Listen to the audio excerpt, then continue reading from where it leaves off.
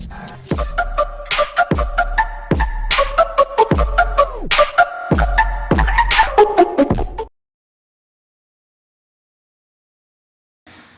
दोस्तों, तो आज मैं फिर आप लोगों के लिए chapter number 3 working with functions का वन शॉट वीडियो लेके आया हूँ।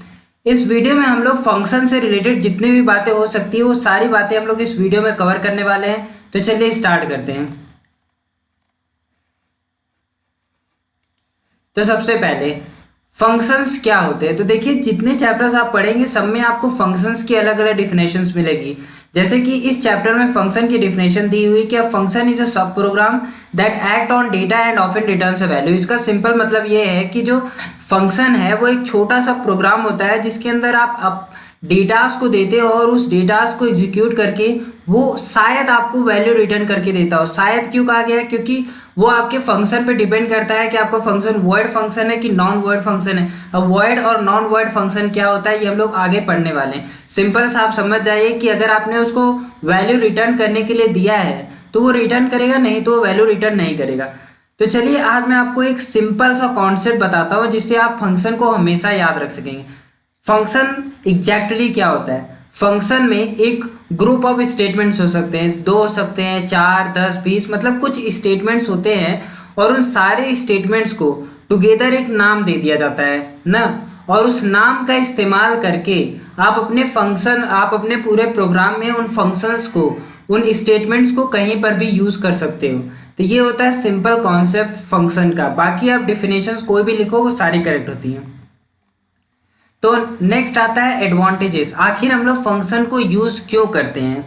तो सबसे पहला ये है, मैंने आपको बताया ना फंक्शंस के अंदर क्या होता है। फंक्शंस के अंदर एक सेट ऑफ स्टेटमेंट्स होते हैं। मान लीजिए आप कोई प्रोग्राम बना रहे हो और उस प्रोग्राम के अंदर आपको कुछ सेट ऑफ स्टेटमेंट्स को, 5 या 10 स्टेटमेंट्स को अपने प्रोग्राम में बार बार एग्जीक्यूट करना है। तो आपको अगर बार बार उन फंक्शंस को एग्जीक्यूट करना है और आप बार बार उन सारे फंक्शंस को लिखते हो तो एक तो आपका जो प्रोग्राम होगा वो काफ़ी लंबा होगा, तो आपको समझ में थोड़ा, पढ़ने में थोड़ा इजी नहीं रहेगा, और दूसरा आपका टाइम बहुत ज़्यादा कंज्यूम हो जाने वाला है। तो हम क्या करेंगे, उन सारी स्टेटमेंट्स को लिखकर एक फंक्शन क्रिएट कर देंगे और उस फंक्शन का एक नाम दे देंगे, और जहां पर भी हम लोग को उन स्टेटमेंट्स की जरूरत पड़ेगी हम उस फंक्शन को कॉल कर लेंगे।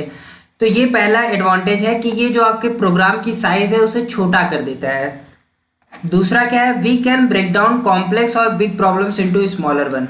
मान लीजिए आपको एक एक्सप्रेशन को इवेलुएट करना था जिसके अंदर मल्टीप्लिकेशन भी था, डिवीजन भी था, मल्टीप्लिकेशन भी था ना। तो एक तो है कि आप सारे को एक साथ लेके चलो, एक ये है कि आप प्लस को अलग, एक फंक्शन प्लस का अलग बना दो, सब्ट्रैक्शन का अलग बना दो, मल्टीप्लिकेशन का अलग बना दो, डिवीजन का अलग बना दो, और जहां पर जिसकी जिसकी जरूरत पड़े आप वो फंक्शन को कॉल कर लो। तो इस तरह से क्या होगा कि आपका ये जो बड़ा सा प्रॉब्लम है अब वो छोटे छोटे टुकड़ों में टूट जाएगा और आपको अब उसको सॉल्व करने में भी ज़्यादा आसानी होगी। तो ये इसका दूसरा एडवांटेज है। तीसरा क्या है कि ये आपके फंक्शन को, ये आपके जो प्रोग्राम है उस प्रोग्राम को और भी ज़्यादा रीडेबल, अंडरस्टैंडेबल बना सकता है। कैसे? एक तो आपके जो स्टेटमेंट्स की साइज थे उन्हें कम कर दिया, तो अब कम स्टेटमेंट्स रहेंगे तो जो प्रोग्रामर होगा उसको पढ़ने में भी आसानी होगी ना। और दूसरी बात यह है कि आपने फंक्शंस को, आप चाहो तो डॉक स्ट्रिंग दे सकते हो। डॉक स्ट्रिंग क्या होता है, आप फंक्शन को डिफाइन किए, फंक्शन का हेडर डिफाइन किए और उसके जस्ट नीचे अगर आप एक कमेंट लिखते हो और कमेंट के बाद एक स्पेस छोड़ देते हो और उसके बाद अपने स्टेटमेंट्स को लिखते हो जो कि आप उसमें रन कराना चाहते हो, एग्जीक्यूट कराना चाहते हो, तो वो जो आपने कमेंट लिखा है वो कमेंट आपकी डॉक स्ट्रिंग बन जाती है। अब डॉक स्ट्रिंग का मतलब क्या होता है? इसका मतलब ये होता है कि फंक्शन क्या करने वाला है वो आप बता दो कि फंक्शन का क्या फंक्शन है, क्या करेगा वो। तो उस तरह से आपका प्रोग्राम जो है वो मोर रीडेबल बन जाएगा, क्योंकि एक तो आपने स्टेटमेंट्स कम कर दिए, दूसरे आपने फंक्शंस को डिफाइन किए, और फंक्शंस को डिफाइन करते हुए आपने डॉक स्ट्रिंग भी दे दिया कि भाई ये फंक्शन ये करता है, ये फंक्शन ये करता है। अब और आसान हो गया लोगों को जानने में कि प्रोग्राम में क्या क्या चीज़ें यूज हुई हैं, कैसे यूज हुई हैं। ओके, तो ये 3 इसके एडवांटेजेस थे। अब नेक्स्ट, अब फंक्शंस कितने टाइप के होते हैं? तो फंक्शंस जो है वो 3 टाइप के होते हैं। ओके, अब हम लोग एक एक करके तीनों टाइप को पढ़ने वाले हैं कि कौन कौन से टाइप के फंक्शंस होते हैं। पहला होता है बुल्ट इन फंक्शन। तो बुल्ट इन के नाम से आप खुद ही समझ गए होंगे कि बुल्ट इन का मतलब होता है कि ये फंक्शन जो है ये प्री डिफाइंड फंक्शन है। मतलब आपने पाइथन को इंस्टॉल किया, जैसे आप पाइथन को इंस्टॉल करते हो तो ये फंक्शंस ऑलरेडी पाइथन के साथ आपको मिल जाते हैं। इनको यूज करने के लिए आपको इन फंक्शंस को डिफाइन करने की कोई जरूरत नहीं है कि ये फंक्शन क्या करने वाले हैं, ये आपको डिफाइन करने की कोई जरूरत नहीं है। बस आप इनका जो नेम है उसे यूज करोगे और इनका जो भी काम होगा वो करेंगे। जैसे लेन फंक्शन, लेन फंक्शन आपने अपने प्रोग्राम में कभी आप डिफाइन करते हो कि लेन फंक्शन क्या करता है? आप नहीं डिफाइन करते हो, लेकिन आप जानते हो कि जो लेन फंक्शन है वो जो भी आपकी स्ट्रिंग है, लिस्ट है, टपल है, उसमें कितने नंबर ऑफ कैरेक्टर्स है वो रिटर्न कर देगा। तो ये बुल्ट इन फंक्शन है, ये ऑलरेडी पाइथन के साथ आया है। इंट फंक्शन, इंट माने इंटीजर, किसी भी अगर आपने फ्लोट लिखा है और उसको आपको इंटीजर में कन्वर्ट करना है तो आप इंट फंक्शन से कर सकते हो। इनपुट, जिससे आप यूजर को इनपुट लेते हो, ये सब फंक्शन आपने डिफाइन नहीं किए हैं लेकिन आपको पता है इनका काम क्या है और ये ऑलरेडी पाइथन ने खुद डिफाइन किए हैं, ये प्री डिफाइंड है। तो ये होता है बुल्ट इन फंक्शन।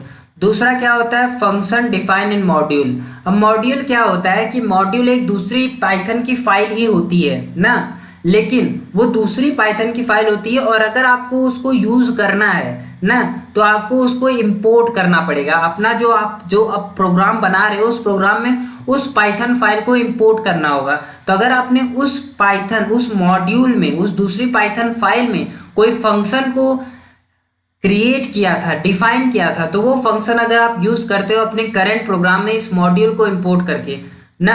अब मॉड्यूल को इंपोर्ट कैसे करते हैं वो मैं आपका अगला चैप्टर है वहां मैं आपको बताऊंगा। आगे चैप्टर आएगा कि मॉड्यूल को कैसे इंपोर्ट किया जाता है, वो बातें हम वहां करेंगे।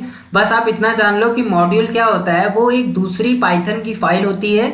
आप उस पाइथन फाइल को अपने इस पाइथन प्रोग्राम में इंपोर्ट करते हो और अगर आपने उस पाइथन फाइल में कोई फंक्शंस को डिफाइन किया और अगर आप उस फंक्शंस को इस प्रोग्राम में यूज कर रहे हो तो वही होता है कि फंक्शन डिफाइंड इन मॉड्यूल। वो फंक्शन जो कि मॉड्यूल में डिफाइन हुई है उन्हें हम यहाँ यूज कर रहे हैं।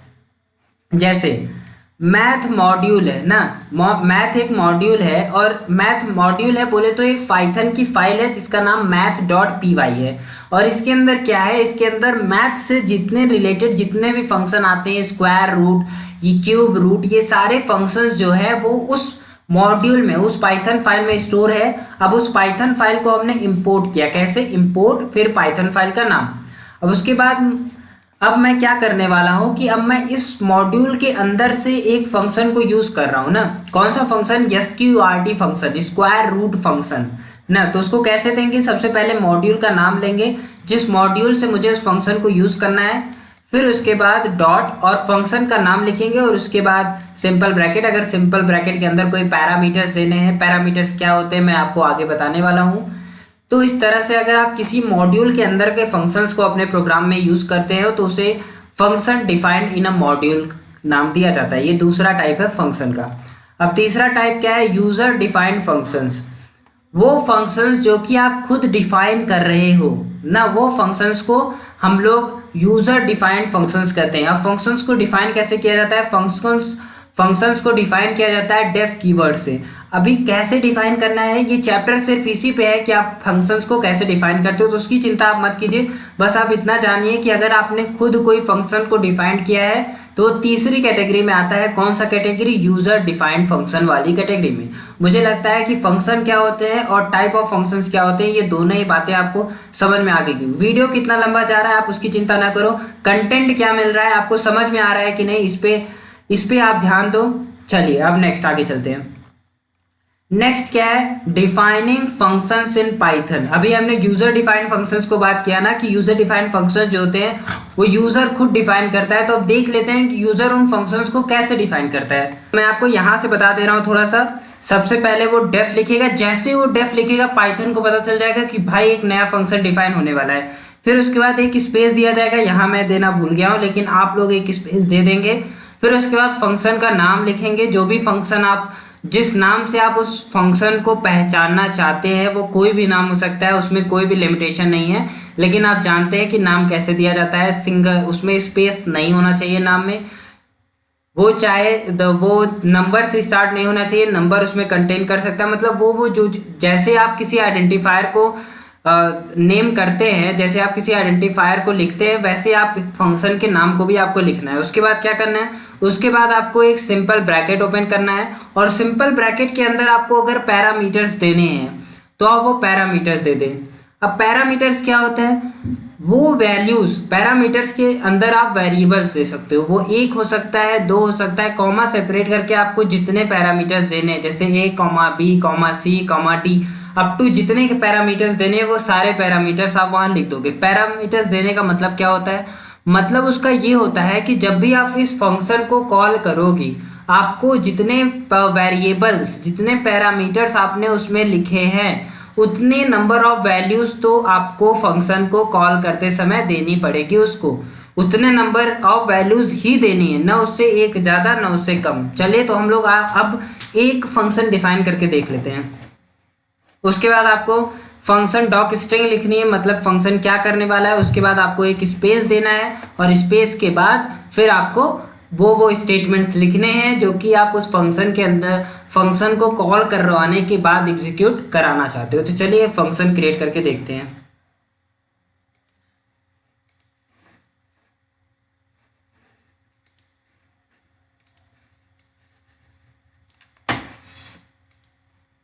ना सबसे पहले क्या लिखना है, सबसे पहले हम लोग को डेफ लिखना है, डेफ के बाद एक स्पेस, उसके बाद हम लोग को उस वेरिएबल का नाम लिखना है, उस फंक्शन का नाम लिखना है ना, सॉरी फंक्शन का नाम लिखना है। ओके, तो हम लोग क्या करने वाले हैं, एक फंक्शन क्रिएट करने वाले हैं जो 2 नंबर का सम देता हो, तो इसका नाम भी मैंने sum1 रख दिया। ओके, फिर इसके बाद मैं सिंपल ब्रैकेट ओपन करूंगा, सिंपल ब्रैकेट के अंदर मैं उतने नंबर ऑफ पैरामीटर्स दूंगा जितने पैरामीटर्स, जितने नंबर ऑफ वैल्यूज किस उस फंक्शन को डिफाइन करते समय मुझे चाहिए ना। मान लीजिए मुझे 2 वैल्यू चाहिए, सम चाहिए, सम करना है मुझे 2 वैल्यू चाहिए, मैंने एक ए दे दिया, कॉमा देके मैंने बी दे दिया। इसके बाद क्या है, इसके बाद मुझे कॉलन देना है ना, फिर कॉलन के बाद इंटर, इंटर के बाद मुझे अब इस फंक्शन की डॉक स्ट्रिंग करनी है ना, डॉक स्ट्रिंग क्रिएट करनी है। तो उसके लिए क्या लिखना पड़ेगा, कमेंट, कमेंट में मैंने लिख दिया जैसे कि रिटर्न्स द सम ना, रिटर्न्स द सम।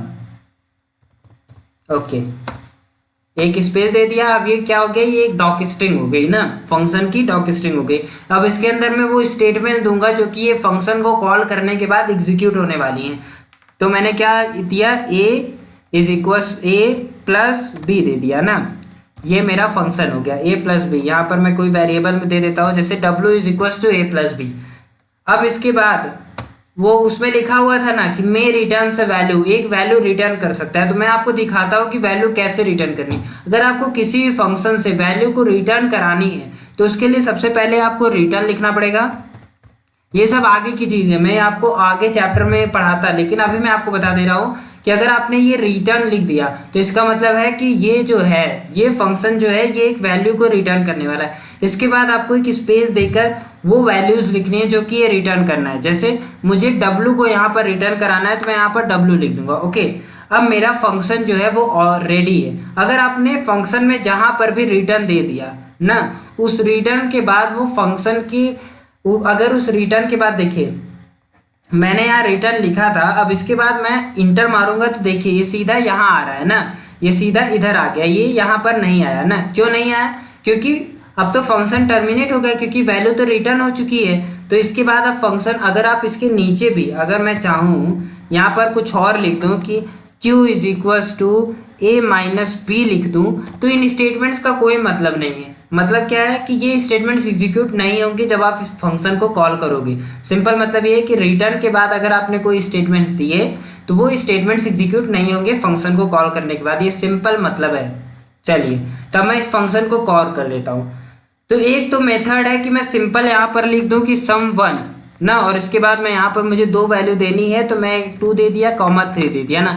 ये तो एक सिंपल मेथड है, लेकिन मैंने रिटर्न दिया है ना, मतलब कुछ वैल्यू रिटर्न होने वाली इस फंक्शन को। अगर वैल्यू रिटर्न होने वाली है और मैं अगर इसको सिंपली ऐसे दे देता हूँ तो वो वैल्यू जो रिटर्न होगी वो तो वेस्ट हो जाएगी, क्योंकि मैंने उसे किसी वेरिएबल में स्टोर ही नहीं किया है। तो इसके लिए चूंकि मैंने अपने फंक्शन में रिटर्न कमांड दिया हुआ है ना, इसीलिए अब मैं ये जो फंक्शन है इसे एक वेरिएबल के अंदर स्टोर करूँगा। जैसे मैं इसको स्टोर करता हूँ q is equals to sum1 in the bracket 2, 3। अब मेरा फंक्शन पूरी तरह से तैयार है। अब इसके बाद जो भी वैल्यू रिटर्न होगी इस फंक्शन को, इस फंक्शन से हम लोग उसको प्रिंट करके देखते हैं ना, प्रिंट और प्रिंट के बाद क्यू। अब इसको हम लोग सेव कर देते हैं और सेव के बाद हम लोग इसे रन करके देखते हैं। तो देखिए 2 + 3 कितना होता है 5, तो 5 रिटर्न हो गया। तो इस तरह से फंक्शन को क्रिएट किया जाता है। अगर उसमें आपने रिटर्न दिया है तो आप उसे किसी वेरिएबल में स्टोर करें, नहीं तो उसकी वैल्यू वेस्ट हो जाएगी।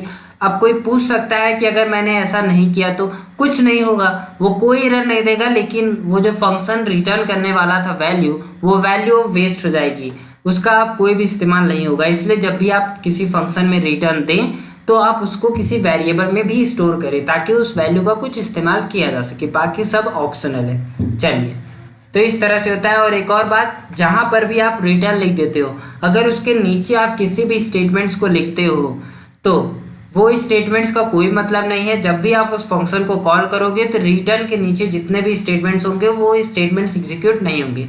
ये कुछ पॉइंट्स हैं जो कि आप एकदम बढ़िया से अपने दिमाग में डाल लो। फंक्शन डॉक स्ट्रिंग क्या होती है, आप एक फंक्शन को डिफाइन करने के जस्ट नीचे आप एक कमेंट लिखते हो और कमेंट के बाद एक स्पेस दे, एक और लाइन को छोड़ते हो, उसके बाद अगर आप स्टेटमेंट्स को लिखना शुरू करते हो तो उसे एक फंक्शन डॉक स्ट्रिंग समझा जाता है। चलिए, एग्जाम्पल मैंने आपको पूरा दे दिया है, अब मैं आपको थोड़ा और बता देता हूँ। ये जो पहली लाइन होती है इसको कहते हैं फंक्शन का header.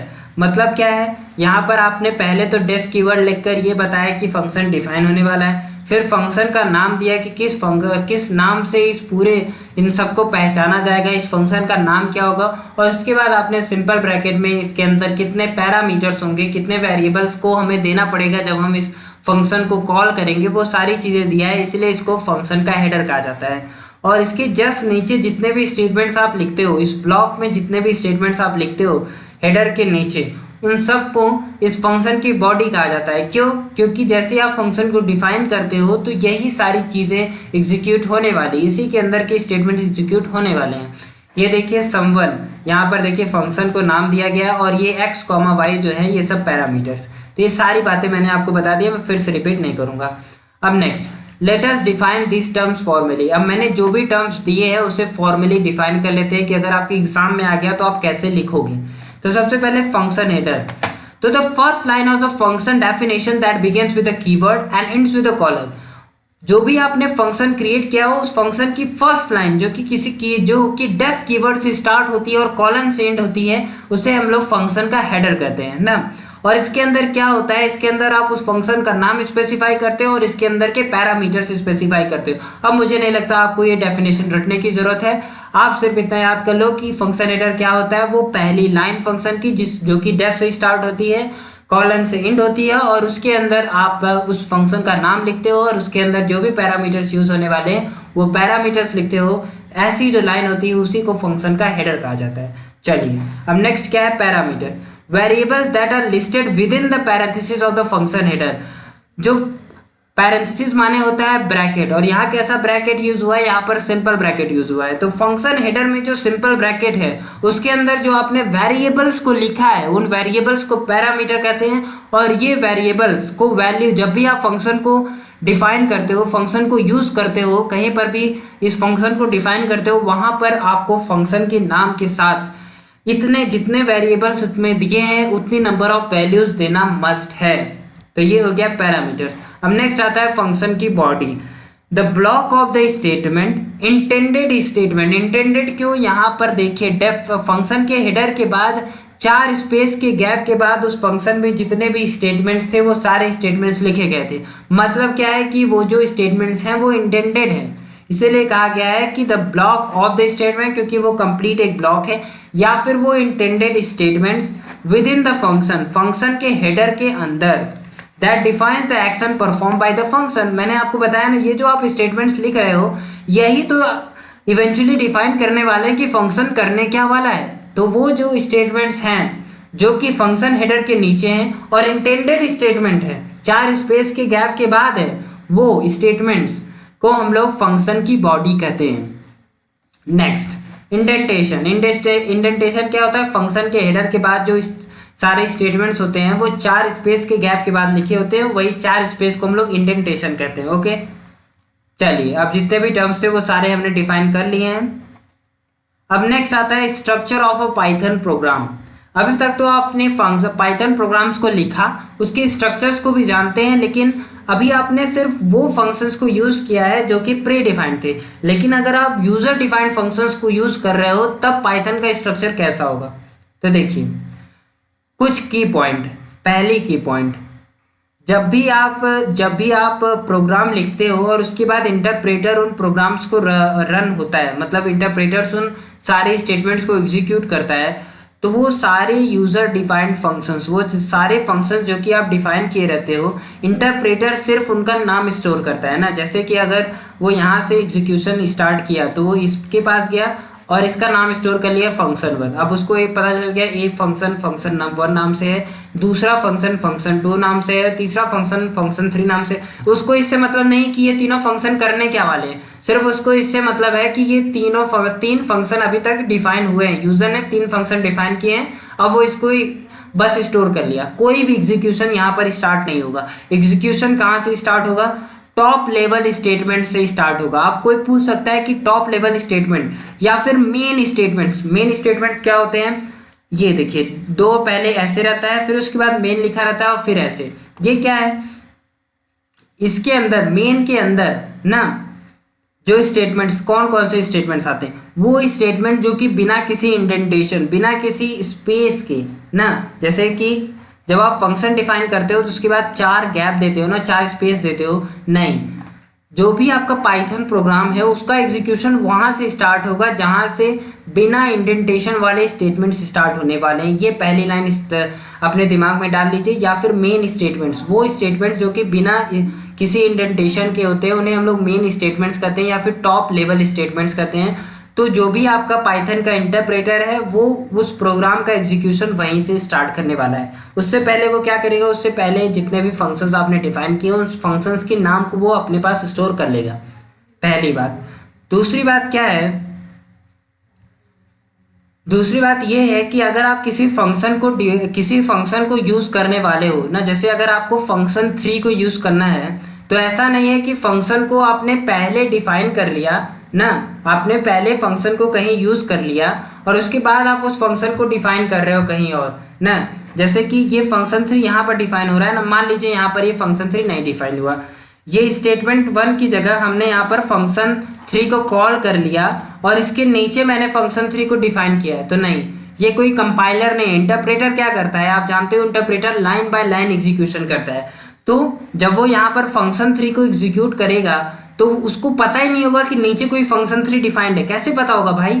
Line by line execution है। अभी तो वो ऊपर ही है, ऊपर है तो उसको क्या पता कि फंक्शन 3 नीचे प्रोग्राम में कहीं है, तो वो एरर देगा, क्योंकि जहां तक उसका एग्जीक्यूशन हुआ है वहां तक उसे कोई भी फंक्शन 3 नाम का नहीं मिला।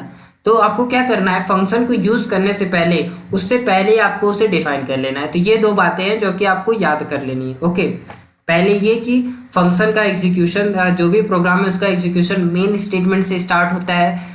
मेन स्टेटमेंट बोले तो बिना इंडेंटेड स्टेटमेंट। और दूसरी बात ये कि अगर आप किसी फंक्शन को यूज कर रहे हो तो आपको उसको यूज करने से पहले ही डिफाइन किया होना चाहिए वो फंक्शन। चलिए, flow of execution in the function call. अब फंक्शन जो है कैसे एग्जीक्यूट होता है, जैसे आपने एक फंक्शन को कॉल कर दिया तो वो फंक्शन कैसे एग्जीक्यूट होने वाला है, अब हम लोग वो देख लेते हैं। The flow of execution refers to the order in which statements are executed during a program run. Flow of execution का मतलब होता है वो ऑर्डर, वो तरीका जिस तरीके में फंक्शंस एग्जीक्यूट होने वाले हैं किसी भी प्रोग्राम रन में। मतलब जब भी कोई प्रोग्राम रन करता है तो किस वे से फंक्शंस एग्जीक्यूट होने वाले हैं, उसी को कहते हैं फ्लो ऑफ एग्जीक्यूशन। तो function body is called a block. हाँ, आप जानते हैं ब्लॉक क्या होते हैं? ब्लॉक वो होते हैं कि अगर एक स्टेटमेंट एग्जीक्यूट हुआ है, मतलब अगर आपने फंक्शन को डिफाइन किया तो ये तो पक्का है कि उसके नीचे जितने भी स्टेटमेंट्स हैं वो सारे एग्जीक्यूट होंगे, तो वो एक ब्लॉक हो गया। क्योंकि जब भी एग्जीक्यूट होंगे तो सारे एग्जीक्यूट होंगे, नहीं होंगे तो एक भी नहीं होगा।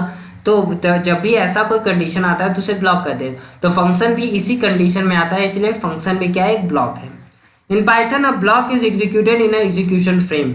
अब एग्जीक्यूशन फ्रेम क्या होता है? एग्जीक्यूशन फ्रेम एक तरीका है जिस तरीके में ब्लॉक जो होते हैं वो एग्जीक्यूट होते हैं। अब देखते हैं इस एग्जीक्यूशन फ्रेम में क्या क्या होता है। सबसे पहले सम इंटरनल इंफॉर्मेशन। पहले कुछ इंटरनल इंफॉर्मेशन होती है कि इस फंक्शन के अंदर क्या होने वाला है। जैसे आपने फंक्शन डॉक स्ट्रिंग दे दिया कि भाई this function will return the sum of two number ना। अब आपने एक इंटरनल इंफॉर्मेशन तो दे दी कि ये फंक्शन करने क्या वाला है, तो एक तो ये होता है। दूसरा क्या, name of the function, function header में ही आप उसका नाम दे देते हो कि फंक्शन का नाम क्या होने वाला है। तो एग्जीक्यूशन फ्रेम में पहली चीज क्या है कि कुछ इंटरनल इंफॉर्मेशन होगी कि फंक्शन क्या करने वाला है। दूसरी ये कि फंक्शन के अंदर फंक्शन का नाम क्या है। तीसरी क्या, value pass to the function, क्या क्या वैल्यू आपने पास की है किसी फंक्शन को ना। अब वो वैल्यू कैसे पास करते हो आप, पैरामीटर्स जो दिए होते हैं ना। तो जब भी आप किसी फंक्शन को यूज करने जाते हो, जैसे अगर मैंने कोई फंक्शन डिफाइन किया और उसके अंदर ये वाला, चलिए यहाँ देखते हैं, ये देखिए ये है values pass to the function 2 और 3। ये दो वैल्यूज मैंने पास की हैं जब मैं फंक्शन को यूज कर रहा था। तो फंक्शन को डिफाइन करते समय मेरे पास दो पैरामीटर्स थे, इसलिए जब मैं फंक्शन को यूज कर रहा था तो मुझे दो वैल्यू पास करनी पड़ी। तो यही हो गया value pass to the function. ये तीसरा हो गया। Variable created within the functions, कौन कौन से वेरिएबल्स हैं जो कि आप उस फंक्शन में क्रिएट किए हो। जैसे हम लोग अपने फंक्शन में देखते हैं कि हम लोगों ने कौन कौन से वेरिएबल क्रिएट किए थे। तो दो वेरिएबल तो हमने डिफाइन करते हुए कर दिए थे, क्या कौन कौन से, एक ए को क्रिएट किया था, एक दो बी को, दो वेरिएबल इधर क्रिएट किए थे, और एक डब्ल्यू को। तीन वेरिएबल्स हमने इस फंक्शन में क्रिएट किए हुए। तो ये भी एग्जीक्यूशन में फ्रेम में आता है कि आपने कितने वेरिएबल्स को क्रिएट किया है, डिफाइन किया है। Next, information about the next instruction to be executed, मतलब अब ये फंक्शन का हेडर एग्जीक्यूट हो गया, इसके बाद फर्स्ट स्टेटमेंट एग्जीक्यूट होगा, तो एक छोटी सी इंफॉर्मेशन उसके पास होगी कि इस फर्स्ट स्टेटमेंट को एग्जीक्यूट करने के बाद नेक्स्ट कौन सा स्टेटमेंट एग्जीक्यूट करना है। तो ये चीज़ें आती है एग्जीक्यूशन फ्रेम में। कौन कौन सी चीज़ें, पहला तो कुछ इंटरनल इंफॉर्मेशन, दूसरी की फंक्शन का नाम क्या है, तीसरी वैल्यू जो आपने फंक्शन को दी हुई है, चौथा वेरिएबल जो कि आपने क्रिएट किया हुआ है, और पांचवा information about the next instruction to be executed, कौन सा नेक्स्ट इंस्ट्रक्शन एग्जीक्यूट होने वाला है उसके बारे में प्री इंफॉर्मेशन उसके पास होती है। किसके पास, पाइथन इंटरप्रेटर के पास। तो ये हो गया execution frame, flow of execution के बारे में सारी माया। अब नेक्स्ट आते हैं हम लोग, देखिए program execution begins with the first statement of main segment. पहले आपको बता दिया है कि जो मेन सेगमेंट होता है, मेन सेगमेंट बोले तो वो स्टेटमेंट जो कि बिना किसी इंडेंटेशन के लिखे होते हैं, उसका जो पहला पहला स्टेटमेंट होगा, प्रोग्राम का एग्जीक्यूशन वहीं से स्टार्ट होने वाला है। उसके ऊपर अगर आपने जितने भी फंक्शंस को डिफाइन किया है, इंटरप्रेटर क्या करेगा, सिर्फ उसके नाम का, उन फंक्शंस के नाम को पढ़ लेगा कि कौन कौन से फंक्शन के नाम, वहां से कोई एग्जीक्यूशन स्टार्ट नहीं होने वाला। एग्जीक्यूशन कहाँ से स्टार्ट होगा, पहले बिना इंटेंडेड स्टेटमेंट से ही स्टार्ट होगा किसी भी पाइथन प्रोग्राम का एग्जीक्यूशन। ओके, जब भी आप फ्लो ऑफ एग्जीक्यूशन को किसी पेपर पे डिफाइन करते हो ना, जब भी आप फ्लो ऑफ एग्जीक्यूशन को किसी पेपर पे डिफाइन करते हो कि पहले ये स्टेटमेंट नंबर 1 एग्जीक्यूट हुआ, फिर उसके बाद स्टेटमेंट नंबर 2 एग्जीक्यूट हुआ, फिर यहाँ पर फंक्शन डिफाइन हुआ था तो अब वो उठ के चला गया ऊपर या नीचे, मतलब जब आप उसके पूरे एग्जीक्यूशन को किसी पेपर पे नोट करते हो कि पहले मेन स्टेटमेंट जो था, मान लीजिए वो लाइन नंबर 8 से स्टार्ट हुआ था, तो पहले लाइन नंबर 8 एग्जीक्यूट हुआ, फिर लाइन नंबर 9 एग्जीक्यूट हुआ, फिर 10 एग्जीक्यूट हुआ, 10 के अंदर फंक्शन डिफाइन था तो वो लाइन नंबर 1 पे चला गया। तो वो चीज़ें जब आप पेपर पे लिखते हो तो उसी को कहते हैं ट्रेसिंग द प्रोग्राम, मतलब कि आप जो प्रोग्राम का एग्जीक्यूशन है उसको ऐसे दौड़ा रहे हो, मतलब उसको चेस कर रहे हो कि कैसे कैसे एग्जीक्यूट हो रहा है, आप उसको पूरा एकदम देख रहे हो कि कहाँ कहाँ जा रहा है, तो उसी को कहते हैं ट्रेसिंग द प्रोग्राम। चलिए, जैसे हमारे पास क्या है, हमारे पास एक ये प्रोग्राम है ना, देखिए अब क्या है कि मान लो ये लाइन नंबर 1 है, ये 2 है, ये 3 है, ये 4 है, ये 5, ये 6, ये 7। ओके, अब मैं इसको पेपर पे जा रहा हूँ, क्या करूँगा कि ये इसको पेपर पे मैं अब इसके पूरे एग्जीक्यूशन को नोट करने वाला। मान लीजिए यहाँ से मेरा पेपर स्टार्ट हो रहा है ना, यहाँ से मेरा पेपर स्टार्ट हो रहा है, तो सबसे पहले एग्जीक्यूशन कहाँ से स्टार्ट होगा, पाइथन का इंटरप्रेटर आया, उसने डेफ देखा, तो उसके बाद उसने सम1 इतना देख लिया कि सम1 नाम का एक फंक्शन है, फिर उसके बाद अब वो वहाँ से एग्जीक्यूशन स्टार्ट नहीं होगा। एग्जीक्यूशन कहाँ से स्टार्ट होगा, यहाँ से, क्योंकि ये पहला बिना इंटेंडेड स्टेटमेंट है।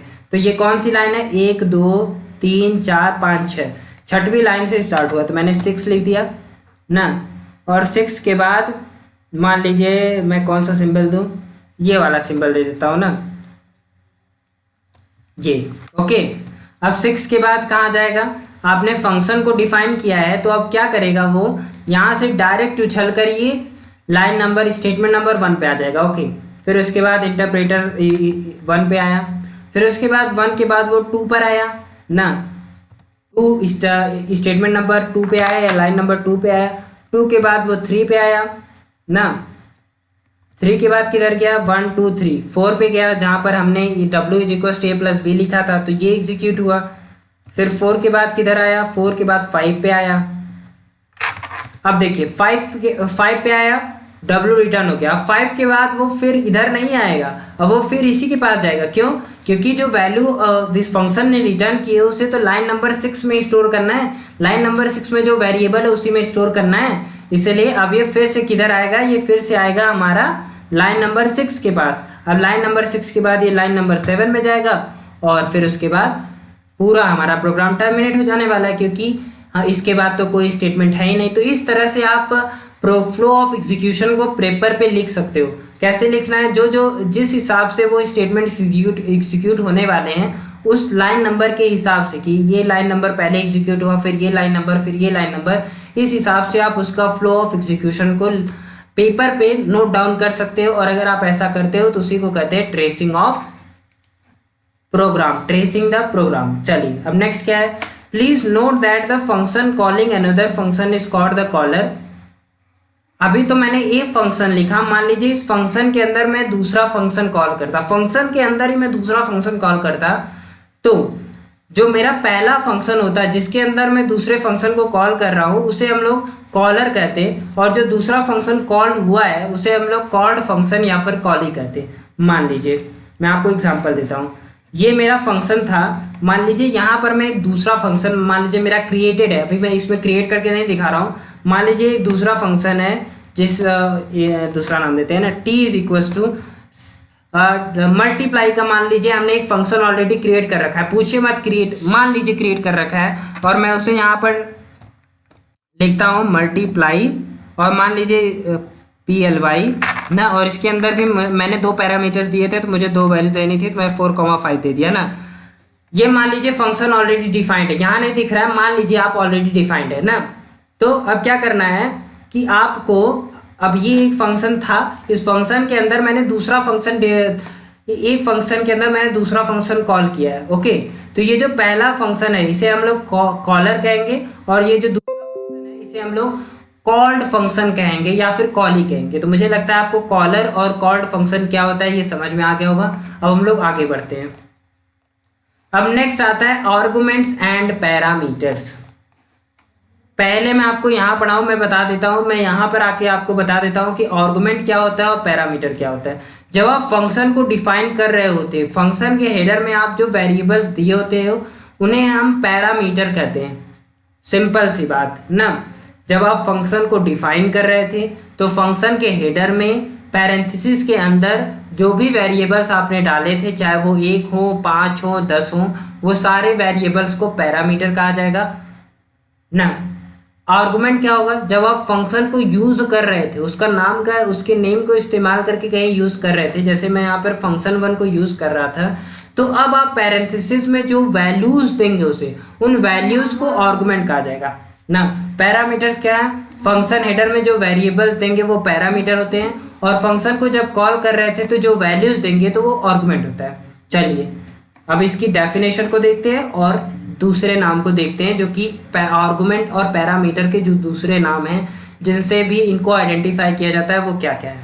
तो the values being pass through the function call statement, function call statement में आपने जो वैल्यूज को पास किया, जैसे हमने 2 और 3 वैल्यू को पास किया था, उनको आर्गुमेंट्स कहेंगे। और आर्गुमेंट्स को हम लोग एक्चुअल आर्गुमेंट या फिर एक्चुअल पैरामीटर नाम से भी जानते हैं। अब आर्गुमेंट्स कैसे हो सकते हैं, तो वैल्यूज जो आप पास करोगे या तो वो लिटरल होंगी, या तो वो वेरिएबल होगा, या तो वो एक्सप्रेशन होगा। इसी 3 में से कोई एक टाइप की वैल्यू आप पास करोगे। अब लिटरल्स क्या होते हैं, वेरिएबल्स क्या होते हैं, एक्सप्रेशंस क्या होते हैं, अगर आपको ये जानना है तो आप मेरा पाइथन रिवीजन 2 लेक्चर नंबर 1 का 1 शॉर्ट वीडियो, या फिर मैंने पूरे चैप्टर के 7 वीडियोस बनाकर डाले हुए हैं, वो वीडियोस आप जाकर देख सकते हो। तो यहाँ पर हम लोग डायरेक्ट टॉपिक पे ही रहते हैं कि आर्गुमेंट्स क्या होते हैं। तो आर्गुमेंट्स वो होते हैं जो कि आप फंक्शन कॉल स्टेटमेंट्स के अंदर पास करते हो वैल्यूज, उन्हें आर्गुमेंट कहते हैं। आर्गुमेंट्स को एक्चुअल आर्गुमेंट दूसरा नाम है आर्गुमेंट का ही, और एक्चुअल पैरामीटर भी उसी का नाम है आर्गुमेंट का ही।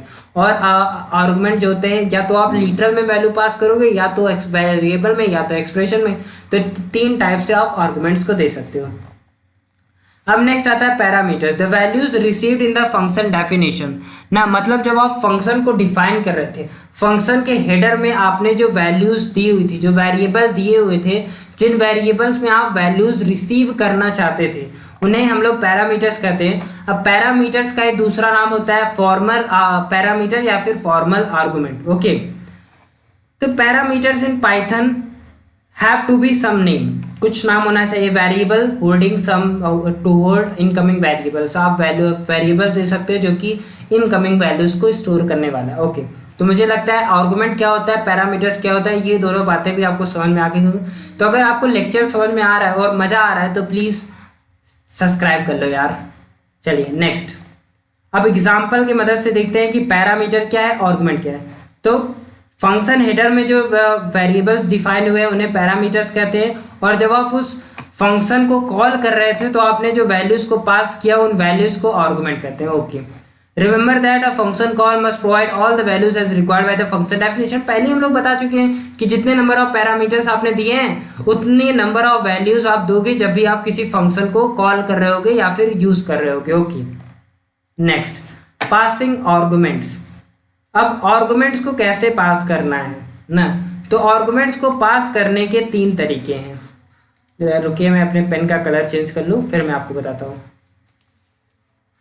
Colour thickness. ओके, तो आर्गुमेंट्स को पास करने के 3 तरीके हैं। पहला क्या है, पोजिशनल या फिर रिक्वायर्ड आर्गुमेंट, मतलब जितने नंबर ऑफ पैरामीटर्स दिए हैं उतने नंबर ऑफ वैल्यूज अगर आप असाइन कर देते हो तो उसे कहते हैं पोजिशनल या फिर रिक्वायर्ड आर्गुमेंट। इतने नंबर ऑफ आर्गुमेंट चाहिए थे, आपने सारे स्पेसिफाई कर दिए, तो उसे क्या कह दिया, उसे हमने कह दिया कि पोजिशनल या फिर रिक्वायर्ड आर्गुमेंट। नेक्स्ट क्या है, डिफॉल्ट आर्गुमेंट। डिफॉल्ट आर्गुमेंट मतलब इसका क्या है कि आपने कुछ पैरामीटर्स को डिफॉल्ट वैल्यू प्रोवाइड कर दी ना, कि आपने एक फंक्शन क्रिएट किया, उसके अंदर 3 वेरिएबल्स थे, 3 पैरामीटर्स थे ना, एक प्रिंसिपल नाम का था, एक टाइम नाम का था और एक रेट नाम का था।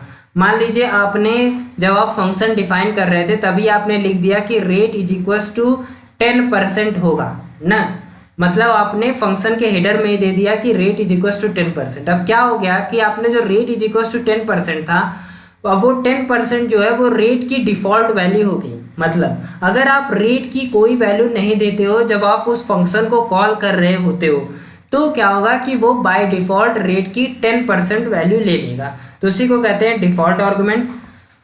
और नेक्स्ट होता है कीवर्ड आर्गुमेंट। कीवर्ड आर्गुमेंट मतलब जब आप वैल्यूज को डिफाइन कर रहे थे, जैसे मैंने यहाँ पर जो मैंने फंक्शन को लिखा था, तो यहाँ पर मैंने क्या 2 पैरामीटर्स लिखे थे ए और बी, और वैल्यू देते समय मैंने 2 वैल्यूज लिख दिए 2 और 3, और पाइथन समझ गया कि पहली वैल्यू पहले पैरामीटर को जाएगी और दूसरी वैल्यू दूसरे पैरामीटर को जाएगी। लेकिन अगर मैं इधर लिख देता कि b इज इक्वल्स टू 2 है और a इज इक्वल्स टू 3 है, तो ये क्या हो गया, अब ये कीवर्ड आर्गुमेंट हो गया ना, कि मैंने बता दिया कि किस पैरामीटर को कौन सी वैल्यू मिलने वाली है, तो ये हो गया कीवर्ड आर्गुमेंट। मुझे लगता है आपको तीनों समझ में आ गया कि पोजिशनल आर्गुमेंट क्या होता है, डिफॉल्ट क्या होता है, कीवर्ड क्या होता है। घबराइए मत, अभी मैं आपको इसको और डिटेल में आप लोगों को बताने वाला हूँ। तो चलिए देख लेते हैं कि पोजिशनल या फिर रिक्वायर्ड आर्गुमेंट क्या होते हैं। तो when the function call statement must match the number and the order of the arguments as defined in the function definition, this is called the positional argument matching। क्या मतलब है इसका, सिंपल मतलब ये है कि जब आप फंक्शन को कॉल करने के लिए स्टेटमेंट लिख रहे थे और उस स्टेटमेंट के अंदर आप जब आर्गुमेंट्स दे रहे थे, अगर वो आर्गुमेंट्स मैच, जितने नंबर ऑफ आर्गुमेंट्स अगर आपने दिए हैं वो नंबर ऑफ आर्गुमेंट्स अगर नंबर ऑफ पैरामीटर्स को मैच करते हैं, तो ये पहली कंडीशन है। दूसरी कंडीशन ये है कि जिस ऑर्डर में पैरामीटर्स दिए हैं अगर आप उसी ऑर्डर में आर्गुमेंट्स को देते हैं, और अगर ये दोनों ही कंडीशन फॉलो होती हैं तो उस टाइप के आर्गुमेंट्स को हम लोग पोजिशनल या फिर रिक्वायर्ड आर्गुमेंट्स क्या दो कंडीशन? पहली कंडीशन ये है कि जितने नंबर ऑफ पैरामीटर्स हैं उतने नंबर ऑफ आर्गुमेंट्स होने चाहिए। दूसरी कंडीशन ये है कि जिस ऑर्डर में पैरामीटर्स दिए हैं उसी ऑर्डर्स में आपको आर्गुमेंट भी देने हैं। अगर ये दो कंडीशन आपकी सेटिस्फाई होती है तो इसका मतलब है कि आपने जो आर्गुमेंट दिया है वो एक पोजिशनल या फिर रिक्वायर्ड आर्गुमेंट है। एग्जाम्पल यहाँ पर देखिए आप, यहाँ पर हमने एक फंक्शन को डिफाइन किया था जिसका नाम था सम1 और उसके दो पैरामीटर्स थे, एक ए था एक बी था। तो जब हम इस फंक्शन को कॉल कर रहे थे, किस फंक्शन को? सम1 फंक्शन को कॉल कर रहे थे, तो हमने दो आर्गुमेंट्स की, दो पैरामीटर्स के लिए दो आर्गुमेंट भी दिए। देखिए 2 और 3 दो आर्गुमेंट्स हमने दिए और उसके बाद जिस ऑर्डर में पैरामीटर दिए थे उसी आर्गुमेंट में, उसी ऑर्डर में हमने आर्गुमेंट भी दिए। ए को हमने 2 दिया और बी को हमने 3 दिया। देखिए ये दोनों कंडीशन ही ये सेटिस्फाई कर रहा है, इसलिए ये पोजिशनल या फिर रिक्वायर्ड आर्गुमेंट है। तो चलिए अब नेक्स्ट टाइप ऑफ आर्गुमेंट को पढ़ते हैं। तो नेक्स्ट टाइप ऑफ आर्गुमेंट है डिफॉल्ट आर्गुमेंट। ये क्या होता है कि इसमें ऐसा होता है कि अगर आपने कोई आर्गुमेंट लिखा ना और आप चाहते हैं कि हम जैसे कि आपने 3 पैरामीटर्स दिए और उसमें से जो एक पैरामीटर था उसमें मोस्टली उस पैरामीटर की वैल्यू जो थी वो कुछ थी। जैसे मान लीजिए आपके पास 3 आर्गुमेंट है, एक प्रिंसिपल है, एक टाइम है, एक रेट है। आप जानते हो कि मैक्सिमम केस में जो रेट है वो रेट की वैल्यू जो है वो 0.1 होने वाली है ना। तो इसलिए आप चाहते हो कि आप बार बार उसके लिए वैल्यूज असाइन ना करो जब आप उस फंक्शन को कॉल कर रहे थे। तो आप क्या कर सकते हो कि आप उसको एक डिफॉल्ट वैल्यू जो है वो उसके पैरामीटर में दे दो। आप जो रेट लिख रहे थे आप रेट इज इक्वल टू वो डिफॉल्ट वैल्यू दे दो। तो क्या होगा कि अगर आप जब उसको फंक्शन को कॉल कर रहे थे तो उस समय अगर आप उसके लिए एक वैल्यू देते हो तो वो नई वैल्यू उसको मिल जाएगी, लेकिन अगर आप उसको कोई वैल्यू नहीं देते हो तो वो जो डिफॉल्ट वैल्यू आपने डिफाइन की थी वो डिफॉल्ट वैल्यू उसको मिल जाएगी। चलिए, Python allow us to assign default values. Python जो है वो हमें अलाउ करता है कि हम लोग डिफॉल्ट वैल्यू दे सकते हैं। किसे? फंक्शंस के पैरामीटर्स को, विच इज यूजफुल, जो कि यूजफुल होगा in case matching argument is not pass to the function call statement. कब, किस केस में यूजफुल होगा? उस केस में यूजफुल होगा जब आप मैचिंग आर्गुमेंट्स, मतलब जितने नंबर आप पैरामीटर्स दिए थे उतने नंबर ऑफ आर्गुमेंट्स आप नहीं पास करते हो। तो जैसे मैंने 3 आर्गुमेंट्स दिए, प्रिंसिपल, टाइम, रेट ना, और रेट को मैंने एक डिफॉल्ट वैल्यू दे दी 0.1। और जब मैं आर्गुमेंट दे रहा था तो आर्गुमेंट मैंने दिए 5100 और एक दिया 2 ना, मतलब प्रिंसिपल को मैंने वैल्यू दी और टाइम को वैल्यू दी, लेकिन मैंने रेट को कोई वैल्यू नहीं दी। तो अगर रेट को डिफॉल्ट वैल्यू असाइन नहीं रहती तो आप जानते हो कि ये एक एरर शो करेगा, क्योंकि number of parameters number of argument को मैच नहीं कर रहे हैं। लेकिन चूंकि मैंने डिफॉल्ट वैल्यू दी थी इसीलिए हम एक कम, उसके लिए कोई वैल्यू नहीं असाइन करेंगे। तो जो डिफॉल्ट वैल्यू है उस डिफॉल्ट वैल्यू को रेट की वैल्यू मानकर उस पूरे फंक्शन को एग्जीक्यूट कर दिया जाएगा। यही प्रॉफिट होता है डिफॉल्ट आर्गुमेंट का। अब नेक्स्ट आता है कि कैसे देना है। तो देखिए, डेफ लिखा, पहले फंक्शन कहाँ देना है? फंक्शन के हेडर में देना है डिफॉल्ट वैल्यू। ओके, तो फंक्शन का हेडर डेफ से स्टार्ट होता है, उसके बाद फंक्शन का नाम यहाँ पर इंटरेस्ट दिया है। उसके बाद मुझे 3 फंक्शंस असाइन करने थे, 3 पैरामीटर्स असाइन करने थे, सॉरी, प्रिंसिपल, टाइम, रेट। और रेट को मैंने एक डिफॉल्ट वैल्यू दे दी इज इक्वल टू 0.1। कैसे देते हैं? जिस भी पैरामीटर को आपको डिफॉल्ट वैल्यू देनी है उसको पैरेंथेसिस के अंदर लिखते समय आप इज इक्वल टू देकर उससे वो डिफॉल्ट वैल्यू दे सकते हैं। तो parameter having a default value in a function header becomes optional. वो बिल्कुल ऑप्शनल बन जाता है। आप चाहो तो उसको वैल्यू दो फंक्शन कॉल में, न चाहो तो न दो। फंक्शन में द फंक्शन कॉल मे और may not have values for it. Function call हो सकता है उसके लिए वैल्यू हो सकता है उसके लिए कोई वैल्यू फंक्शन कॉल में न हो। एग्जाम्पल देखिए, पहला एग्जाम्पल क्या है? पहला एग्जाम्पल में हमने 2 ही आर्गुमेंट पास किए और रेट को कोई वैल्यू नहीं दी, तो rate will have a default value, तो रेट को उसकी डिफॉल्ट वैल्यू मिल जाएगी। लेकिन इस एग्जाम्पल में अगर आप देखें तो हमने जो है 3 आर्गुमेंट्स को असाइन किया, 3 वैल्यूज को दिया ना, 3 वैल्यूज पास किए। तो मतलब हमने रेट के लिए भी एक वैल्यू पास की, क्या वैल्यू थी? 0.5। तो अब क्या होगा? रेट को डिफॉल्ट वैल्यू नहीं मिलेगी, अब रेट को ये नई वैल्यू असाइन हो जाएगी। ओके, इस तरीके से आप डिफॉल्ट आर्गुमेंट के थ्रू फंक्शन कॉल को लिख सकते हैं ना। The default value for parameters are considered only if no value is provided to that parameter. It is in the function call statement. क्या लिखा है कि जो डिफॉल्ट वैल्यू होती है किसी भी पैरामीटर की वो उसे तभी मिलेगी जब फंक्शन कॉल स्टेटमेंट में उसे कोई भी वैल्यू असाइन न की गई हो. In the function header, any parameter cannot have default value unless all parameters appearing to its right have their default value. क्या मतलब है इसका? इसका मतलब ये है कि जब आप पैरामीटर्स को डिफॉल्ट वैल्यू असाइन कर रहे थे तो पैरामीटर्स को डिफॉल्ट वैल्यू तब तक नहीं दी जा सकती जब तक उसके राइट साइड में जितने भी पैरामीटर्स हैं उन सारे पैरामीटर्स को कोई ना कोई डिफॉल्ट वैल्यू ना मिली हो. एग्जाम्पल मैं आपको देता हूँ. जैसे मान लीजिए हमारे पास ये फंक्शन है ना और इसके अंदर 3 पैरामीटर्स हैं और मुझे b को डिफ़ॉल्ट वैल्यू असाइन करनी है ना, तो मैंने b = 10 लिख दिया. लेकिन ये एक एरर देने वाला है. क्यों? क्योंकि इसके राइट साइड में देखो क्या है. इसके राइट साइड में c है. इस c को कोई डिफ़ॉल्ट वैल्यू असाइन नहीं की गई है तो ये एक एरर देगा. क्योंकि रूल क्या है? रूल ये है कि आप किसी भी पैरामीटर को तभी एक डिफ़ॉल्ट वैल्यू असाइन कर सकते हो जब उसके राइट साइड में आने वाले सारे पैरामीटर्स के पास एक डिफ़ॉल्ट वैल्यू है. तो इसका सोल्यूशन क्या है? या तो आप b को एकदम लास्ट में कर दो या तो उसके राइट में आने वाले c को भी एक डिफ़ॉल्ट वैल्यू दे दो. मान लो c को भी मैंने एक डिफ़ॉल्ट वैल्यू 15 दे दी तो अब ये करेक्ट है क्योंकि c के राइट साइड में तो कुछ है ही नहीं और b के राइट साइड में c है तो c को डिफ़ॉल्ट वैल्यू मिली हुई है. तो ये तरीका है जिस तरीके से आप डिफ़ॉल्ट वैल्यू दे सकते हो. एग्जाम्पल देख लीजिए. देखिए ये बिल्कुल करेक्ट है क्योंकि यहाँ पर टाइम को डिफ़ॉल्ट वैल्यू दी गई है और रेट को डिफ़ॉल्ट वैल्यू दी है. तो रेट के राइट साइड में कुछ है ही नहीं और टाइम के राइट साइड में रेट है तो रेट को डिफ़ॉल्ट वैल्यू ऑलरेडी मिली हुई है, इसलिए ये बिल्कुल 100% करेक्ट है.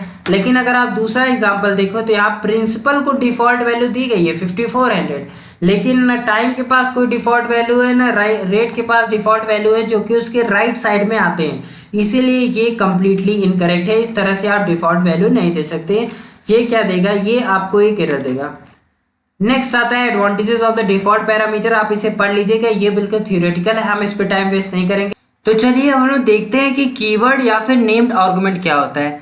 चलिए मान लीजिए आपके पास एक ऐसी कंडीशन है जहां पर आपको ये तो पता है कि पैरामीटर्स में हमने वेरिएबल्स क्या क्या डाले थे, पैरामीटर के पैरेंथेसिस में हमने वेरिएबल्स क्या क्या डाले थे, लेकिन आपको ये नहीं पता है कि उन वेरिएबल्स की ऑर्डरिंग क्या थी ना. क्योंकि आप जानते हो कि अगर आपको पोजिशनल आर्गुमेंट देना है तो उसके लिए आपको कौन वेरिएबल किस पोजीशन पर दिए गए थे ये जानना बहुत ही ज़रूरी है.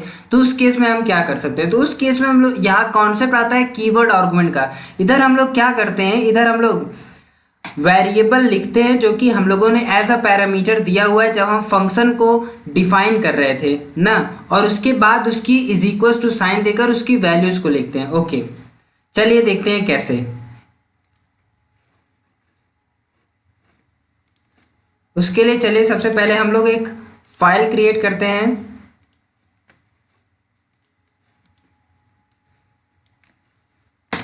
यहाँ पर एक छोटा सा फंक्शन हम लोग तुरंत क्रिएट कर लेते हैं, डेफ, और यहाँ पर सम, और मान लीजिए इसके अंदर हमने 2 पैरामीटर्स दिए a, b. ओके, और ये कुछ रिटर्न कर देगा, रिटर्न a+b. ओके, तो ये छोटा सा फंक्शन हो गया हमारा. अब मान लीजिए आपको ये फंक्शन कॉल करना था, तो फंक्शन कॉल करने के लिए क्या करेंगे? सबसे पहले यहाँ पर रिटर्न दिया हुआ है तो इसका मतलब है कि जब हम लोग फंक्शन को कॉल करेंगे तो उसको हम लोग को एक वेरिएबल में स्टोर करना पड़ेगा, क्योंकि जब फंक्शन कॉल होगा और एग्जीक्यूट होगा तो वो हमें एक वैल्यू रिटर्न करेगा, और अगर हम लोग उसको किसी वेरिएबल में स्टोर नहीं करते तो हमारी वो वैल्यू जो रिटर्न हुई है फंक्शन के द्वारा वो वेस्ट हो जाएगी. इसलिए सबसे पहले हम लोग उसे एक वेरिएबल में स्टोर करेंगे, जैसे v और यहाँ पर अब हम लोग फंक्शन को कॉल करेंगे. जैसे हमने लिख दिया सम ना. अब मुझे ये तो पता था कि सम जो है सम फंक्शन है और इसके अंदर 2 पैरामीटर्स है a और b, पर मुझे ये नहीं पता था कि इसकी ऑर्डरिंग क्या है, a पहले आया या b. तो उसके लिए हम लोग क्या कर सकते हैं? तो उसका एक सिंपल सा सोल्यूशन ये है कि हम लोग जो पैरामीटर्स डिफाइन किए हुए हैं, जो वेरिएबल्स एज अ पैरामीटर दिए हुए हैं, उन वेरिएबल्स का वो वेरिएबल लिखें, फिर = साइन देकर वो हम लोग आर्गुमेंट वैल्यू दे दे जो हमको देनी थी. जैसे मान लीजिए हमें a की वैल्यू 2 देनी थी और b की वैल्यू हमें 3 देनी थी. ना। तो इस तरह से भी आप वैल्यूज दे सकते हो। ओके, तो ये हो गया कीवर्ड आर्गुमेंट या फिर नेम्ड आर्गुमेंट। तो चलिए, मुझे लगता है आपको समझ में आया हो। अगर आपके लिए मैं इसको रन करके भी दिखाता हूँ। इसको सेव कर लेते हैं हम लोग किसी XYZ नाम से। चलिए, और इसे हम लोग रन कर लेते हैं। देखिए कहाँ गया। अच्छा, हम लोगों ने प्रिंट नहीं दिया था ना, प्रिंट नहीं देंगे तो वो रन कैसे करेगा। यहाँ पर हम लोग को प्रिंट भी तो देना पड़ेगा ना, नहीं तो रन कैसे करेगा। Print V. अब चलिए देखिए 2+3 5 आपका वैल्यू रिटर्न हो गया। तो इस तरह से आप कीवर्ड आर्गुमेंट को दे सकते हैं। चलिए,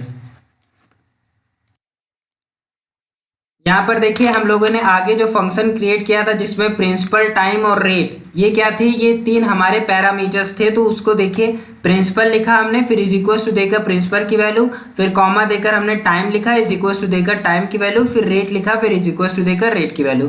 तो अभी तक तो हमने ये पढ़ा कि आर्गुमेंट्स की टाइप क्या है, और अभी हमने सिंगल सिंगल यूज करना सीखा कि डिफॉल्ट को कैसे यूज करते हैं, कीवर्ड को कैसे यूज करते हैं, पोजिशनल आर्गुमेंट को कैसे यूज करते हैं। लेकिन मान लीजिए कि आपको 2 या 3 आर्गुमेंट्स को एट अ टाइम यूज करना है, तो वो कैसे कर सकते हैं। तो चलिए उसके लिए कुछ रूल्स हैं, वो रूल्स हम लोग देख लेते हैं।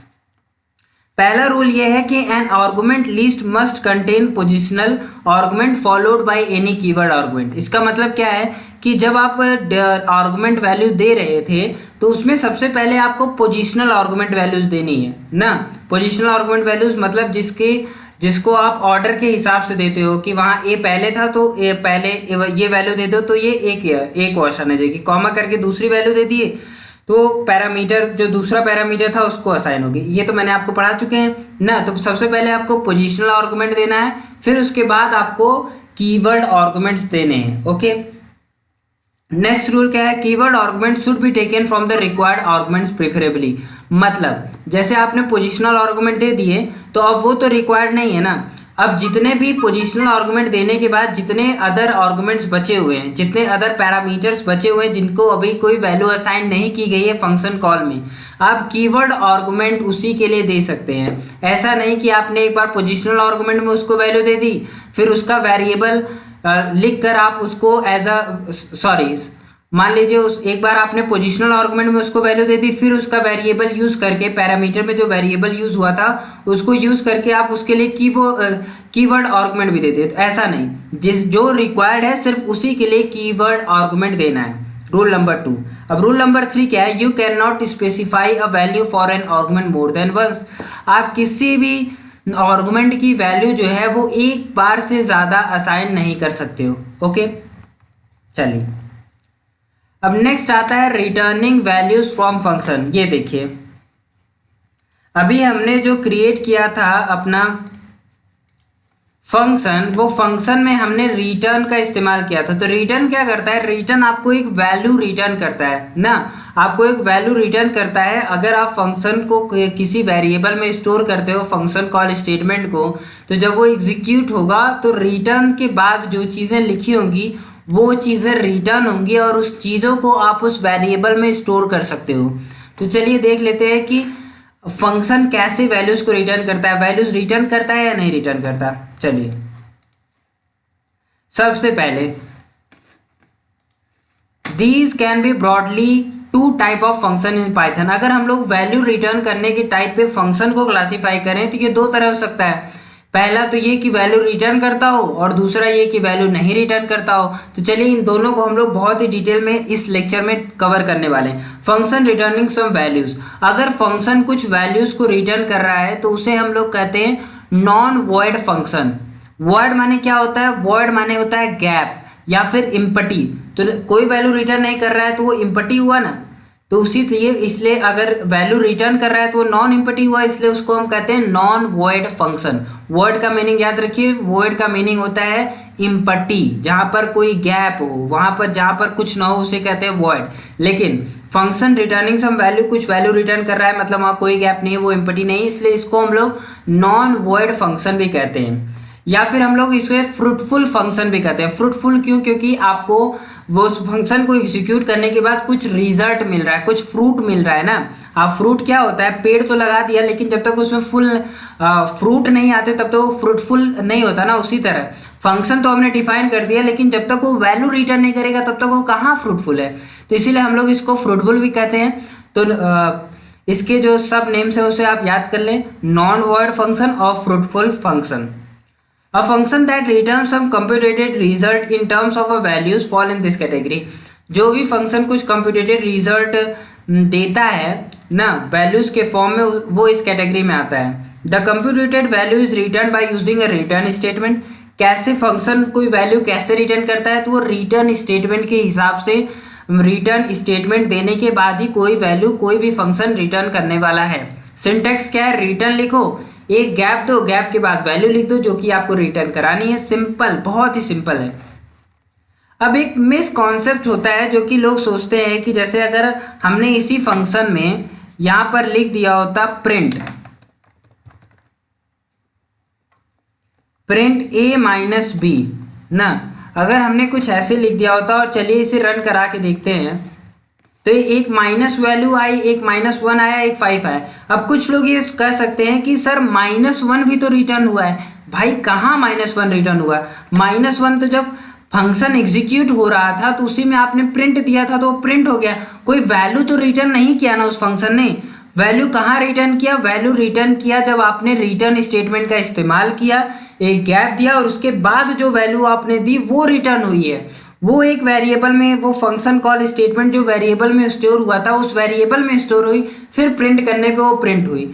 ये चीज़ें इसको ये जो प्रिंट ए माइनस बी लिखा हुआ है, या फिर कोई भी अगर किसी फंक्शन में कुछ प्रिंट दिया होता है और उसका आपको आउटपुट मिलता है तो वो कोई वैल्यू रिटर्न नहीं कर रहा है, वो बस स्टेटमेंट एग्जीक्यूट हो रहे थे, उसमें एक प्रिंट स्टेटमेंट था तो प्रिंट स्टेटमेंट एग्जीक्यूट हो गया, वो कोई वैल्यू रिटर्न नहीं कर रहा है। इस बात को आप ध्यान रखिए। ओके, वैल्यू रिटर्न तभी करता है जब आप रिटर्न स्टेटमेंट का इस्तेमाल करते हो तो। ओके चलिए, अब इसका कैसे इस्तेमाल करना है। A value being return can be of one of the following type. जो भी वैल्यू रिटर्न करेगा वो फंक्शन, वो इन तीन में से कोई एक टाइप की हो सकती है। सबसे पहले वो एक लिटरल हो सकता है ना, स्ट्रिंग लिटरल, न्यूमेरिक लिटरल, कुछ ऐसा हो सकता है। लिटरल क्या होते हैं, कैसे होते हैं, ये सब हमने ऑलरेडी डिस्कस कर रखा है। एक वेरिएबल हो सकता है ना, मान लीजिए कोई वेरिएबल रिटर्न कराना चाहते हो तो वो वेरिएबल रिटर्न हो सकता है। एंड एक्सप्रेशन, एक एक्सप्रेशन हो सकता है, एक एक्सप्रेशन भी रिटर्न हो सकता है a प्लस बी, जैसे हमने एक एक्सप्रेशन रिटर्न किया था a प्लस बी, तो वो सब क्या है, ये सब एक वैल्यूज के टाइप है जो कि रिटर्न हो सकते हैं। The return value of a function should be used in the caller function program inside an expression statement in one of the following ways. जो भी वैल्यू यहाँ पर रिटर्न हो रही है रिटर्न स्टेटमेंट के यूज से, उसका इस्तेमाल हम लोग कैसे कर सकते हैं ना। सबसे पहले तो उसकी वैल्यू को हम लोग, पहला तरीका तो ये है कि जो भी वैल्यू रिटर्न हो रही है उसे हम लोग एक वेरिएबल में स्टोर कर लें, ये पहला तरीका है। दूसरे तरीके से कैसे हम लोग उसकी वैल्यू का इस्तेमाल कर सकते हैं, जो भी वैल्यू आ रही है उसे हम लोग प्रिंट कर लें, ये दूसरा तरीका है। और तीसरा तरीका क्या है कि जो भी वैल्यू आ रही है उसे हम लोग किसी एक्सप्रेशन में यूज़ कर लें, जहाँ जैसे यहाँ पर सम इन ब्रैकेट 2,3 फंक्शन कॉल किया गया और अब कुछ वैल्यू रिटर्न होगी तो वो वैल्यू आई और उसको हम लोगों ने एज अ एक्सप्रेशन यूज़ किया कि जो भी वैल्यू रिटर्न हुई है वो ग्रेटर देन है 12। अब इसका कुछ रिजल्ट आएगा ट्रू या फॉल्स ना। तो कितने वेज हैं जिन तरह से हम लोग रिटर्न वैल्यू का इस्तेमाल कर सकते हैं। पहला तो ये कि जो भी वैल्यू रिटर्न हुआ है उसे हम लोग as a function, as a variable में स्टोर कर लें। दूसरा तरीका ये है कि जो भी वैल्यू रिटर्न हुई उसे हम लोग प्रिंट करा लें। तीसरा तरीका ये है कि किसी एक्सप्रेशन में उन वैल्यूज़ का इस्तेमाल कर लें। तो इन तीन तरीके से हम लोग किसी भी फंक्शन से जो वैल्यू रिटर्न हुई है उसका इस्तेमाल कर सकते हैं। If you do not use their values in any of this way, हमने तीन तरीका देखा जिससे हम लोग उसको जो वैल्यू निकल कर बाहर आई है उसका इस्तेमाल कर सकते हैं। लेकिन मान लीजिए आपने इन तीनों तरीके से किसी भी तरीके से आपने उसकी रिटर्न वैल्यू को इस्तेमाल नहीं किया तो क्या आपको कोई एरर शो करेगा? जी नहीं, बिल्कुल आपको कोई एरर शो नहीं करेगा। लेकिन बस क्या होगा कि आपने जो फंक्शन दिया था उसने कुछ वैल्यू रिटर्न की, आपने उसका कोई इस्तेमाल नहीं किया तो वो वैल्यू जो है वो वेस्ट हो गई ना, सिर्फ इतना ही होगा। लेकिन आपको कोई भी एरर शो नहीं करेगा वो।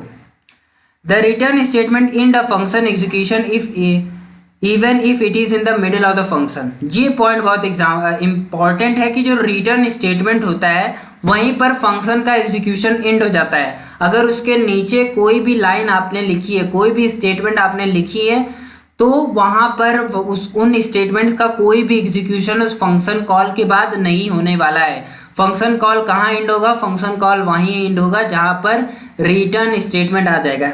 चलिए इसको एग्जांपल के थ्रू हम लोग समझने की कोशिश करते हैं। मान लीजिए यहाँ पर रिटर्न आ गया था ना, अब रिटर्न के बाद भी हम लोग एक ही स्टेटमेंट लिखते हैं ना। जैसे देखिए, जैसे रिटर्न स्टेटमेंट आने के बाद आप देख सकते हैं कि ये जो है ये डायरेक्टली जो इंडेंटेशन था उससे बाहर आ गया, क्योंकि ये जानता है कि अब इसके बाद कोई भी जो भी स्टेटमेंट लिखा जाएगा उसका कोई मतलब नहीं है, तो इसी इंडेंटेशन में रहने का कोई भी मतलब नहीं है। लेकिन मान लीजिए हम लोग जबरदस्ती इस इंडेंटेशन में एक स्टेटमेंट लिख ही देते हैं।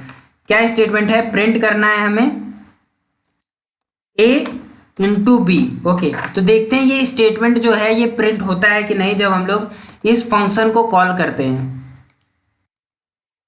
देखिए वो स्टेटमेंट प्रिंट नहीं हुआ है। इसका मतलब क्या हुआ कि जो फ्लो ऑफ जो स्टेटमेंट का एग्जीक्यूशन था वो इस लाइन के बाद आगे नहीं बढ़ा है। यहीं पर जो फंक्शन था उसका एग्जीक्यूशन टर्मिनेट हो गया।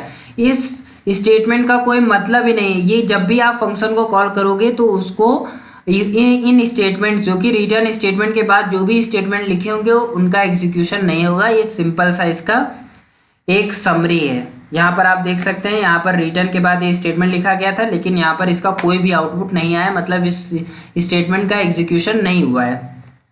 Next, function not returning any value. Function कोई वैल्यू नहीं रिटर्न कर रहा है तो उसे क्या कहेंगे? इम्पटी है, वर्ड फंक्शन है। पहला नाम वर्ड फंक्शन हो गया, दूसरा नाम क्या? पेड़ तो लगा है, फल ही नहीं आ रहा है, फल नहीं आ रहा है तो नॉन फ्रूटफुल। तो जो फंक्शन कोई वैल्यू ना रिटर्न करे, नॉन फ्रूटफुल फंक्शन।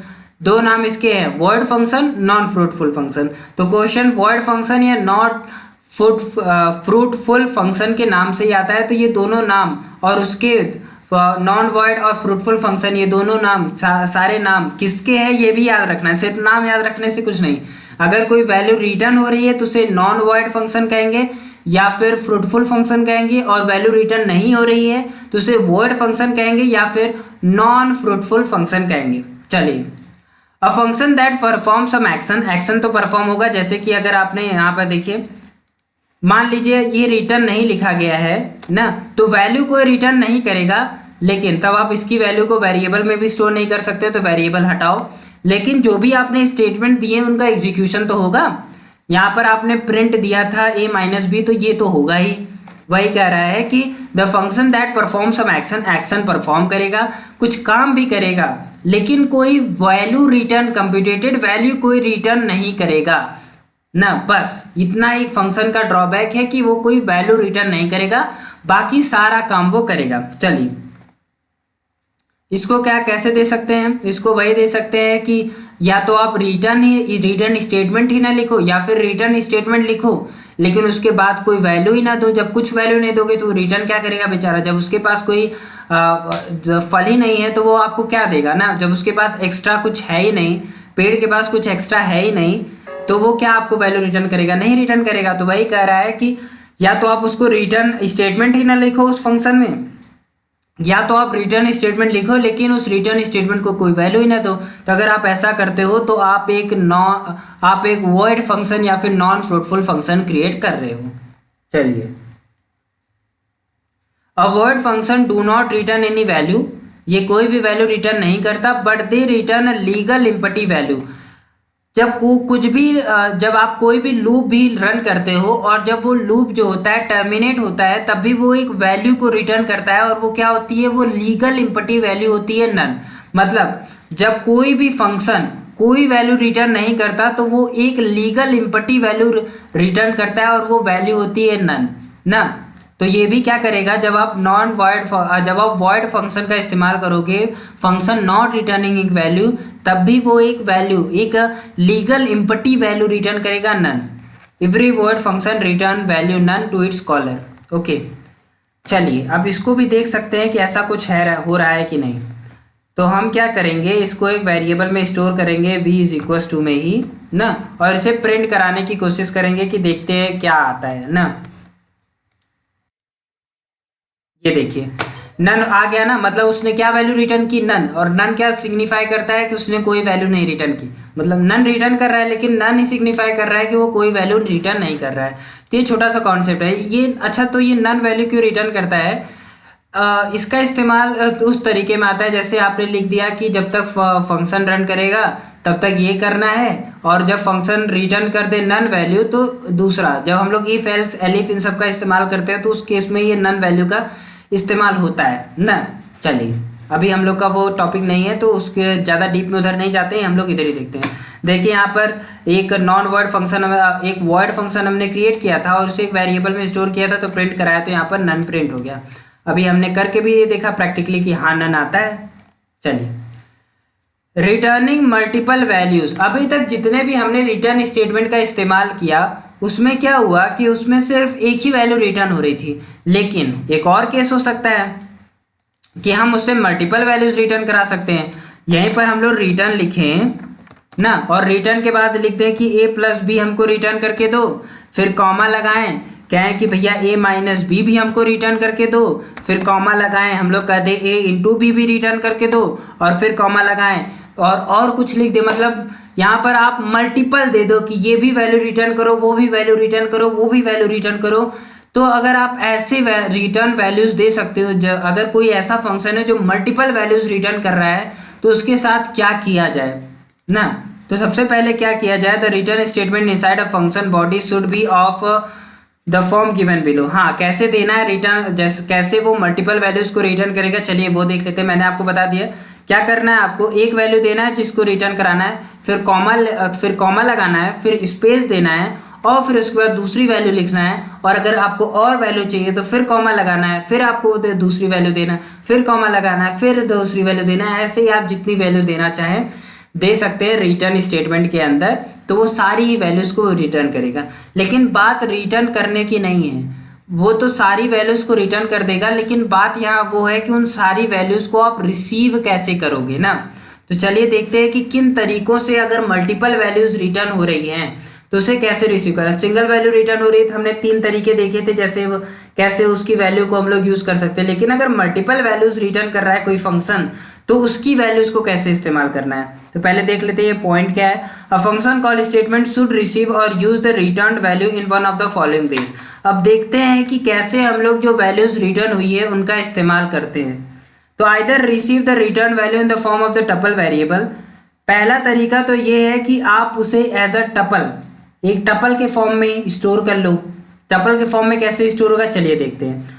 तो उसके लिए क्या करना है, आपको कुछ नहीं करना है, आपने फंक्शन लिखा, फिर फंक्शन को कॉल किया और फंक्शन कॉल को एक वेरिएबल में स्टोर कर दो ना। यहाँ पर हमने v वेरिएबल में स्टोर कर दिया। अगर आप सिर्फ इतना करते हो तो वो टपल के फॉर्म में स्टोर हो जाएगा, कुछ एक्स्ट्रा करने की आपको कोई ज़रूरत नहीं है।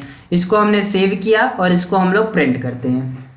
तो आप देख सकते हो कि जो वैल्यू थी, जो तीन वैल्यू हमने रिटर्न कराई थी और तीनों वैल्यूज टपल के फॉर्म में स्टोर हो गई। ये तो पहला है ना। कब होगा, जब आप फंक्शन कॉल को किसी एक वेरिएबल में स्टोर कर देते हो तब। मैं एक क्यों बोल रहा हूँ, इसका भी बहुत बड़ा सिग्निफिकेंस है, मैं आपको आगे बता रहा हूँ। You can directly unpack the received values. अभी तो आपने देखा कि वो टपल के फॉर्म में स्टोर हो रहा था। मान लीजिए आपको अनपैक करना है कि एक वैल्यू को इस वेरिएबल में लेना है, दूसरी वैल्यू को इस वेरिएबल में लेना है सॉरी, दूसरी वैल्यू को दूसरे वेरिएबल में लेना है, तीसरी वैल्यू को तीसरे वेरिएबल में लेना है। तो अनपैकिंग आप कैसे कर सकते हो, तो चलिए मैं आपको बताता हूँ आप अनपैकिंग कैसे कर सकते हो। चलिए, कितनी वैल्यूज ये फंक्शन रिटर्न कर रहा है, 1 2 3 वैल्यूज कैसे दी गई हैं, कॉमा सेपरेट करके।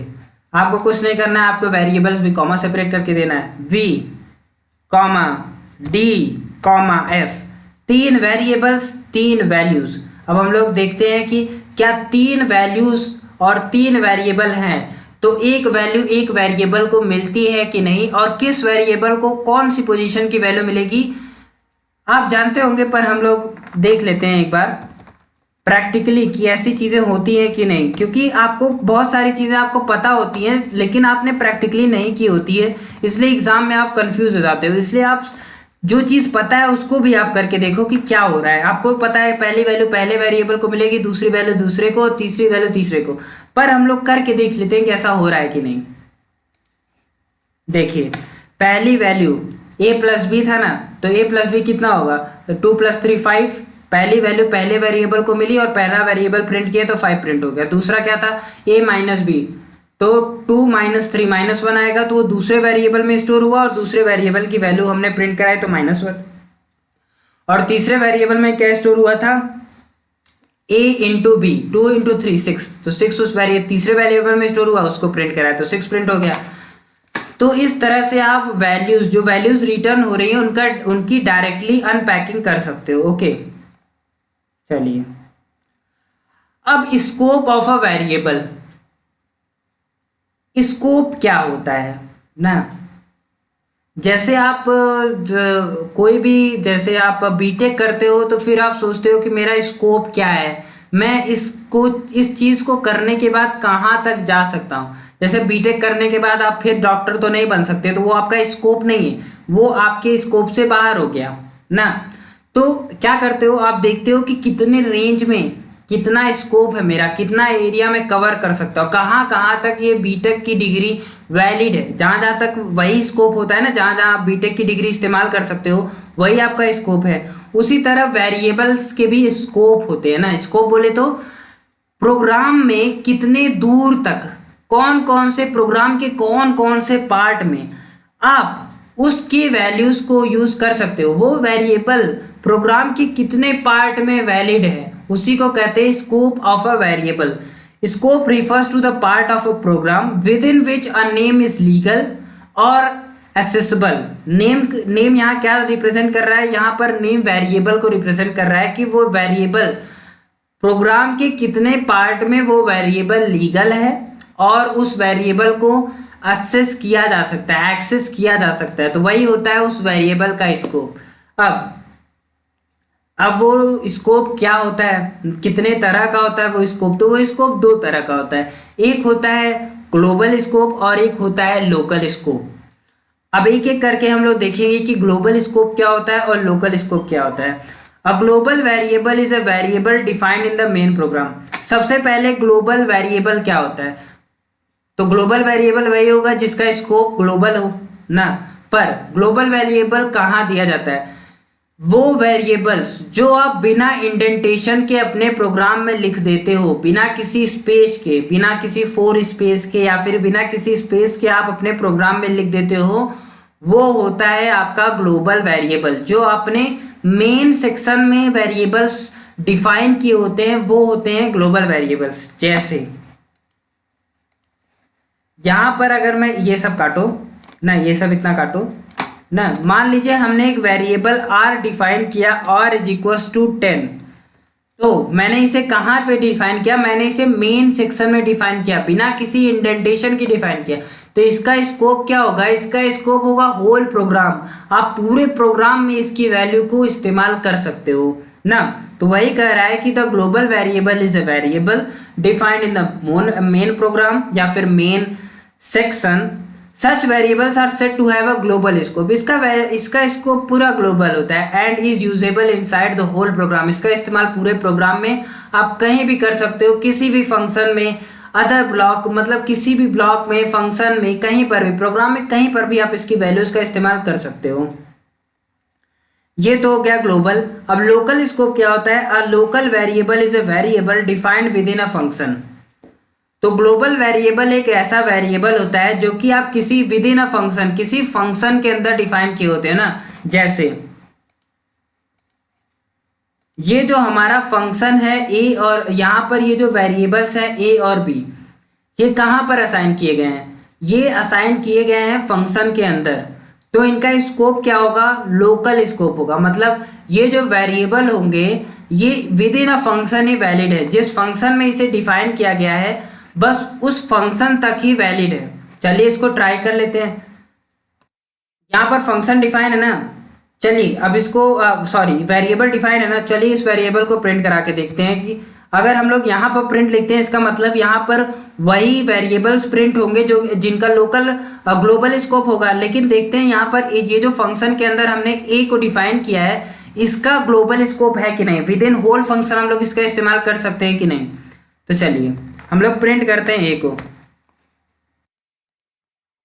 ये देखिए नेम आ गया, name A is not defined. ऐसा क्यों हुआ? ऐसा इसलिए हुआ क्योंकि ये जो वेरिएबल आपने डिफाइन किया है ये सिर्फ इस फंक्शन के अंदर ही वैलिड है। अगर आप यहाँ पर लिखते हो कि प्रिंट कर दो भैया ए को ना, तब ये आपको ए प्रिंट करके जरूर देगा क्योंकि ये इस फंक्शन के अंदर वैलिड है। देखिए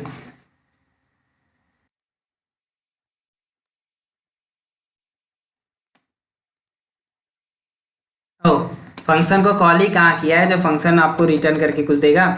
फंक्शन को कॉल तो करना पड़ेगा ना हम लोग को, सम, और सम के बाद हम लोग यहाँ पर वैल्यू दे देते हैं 2,3।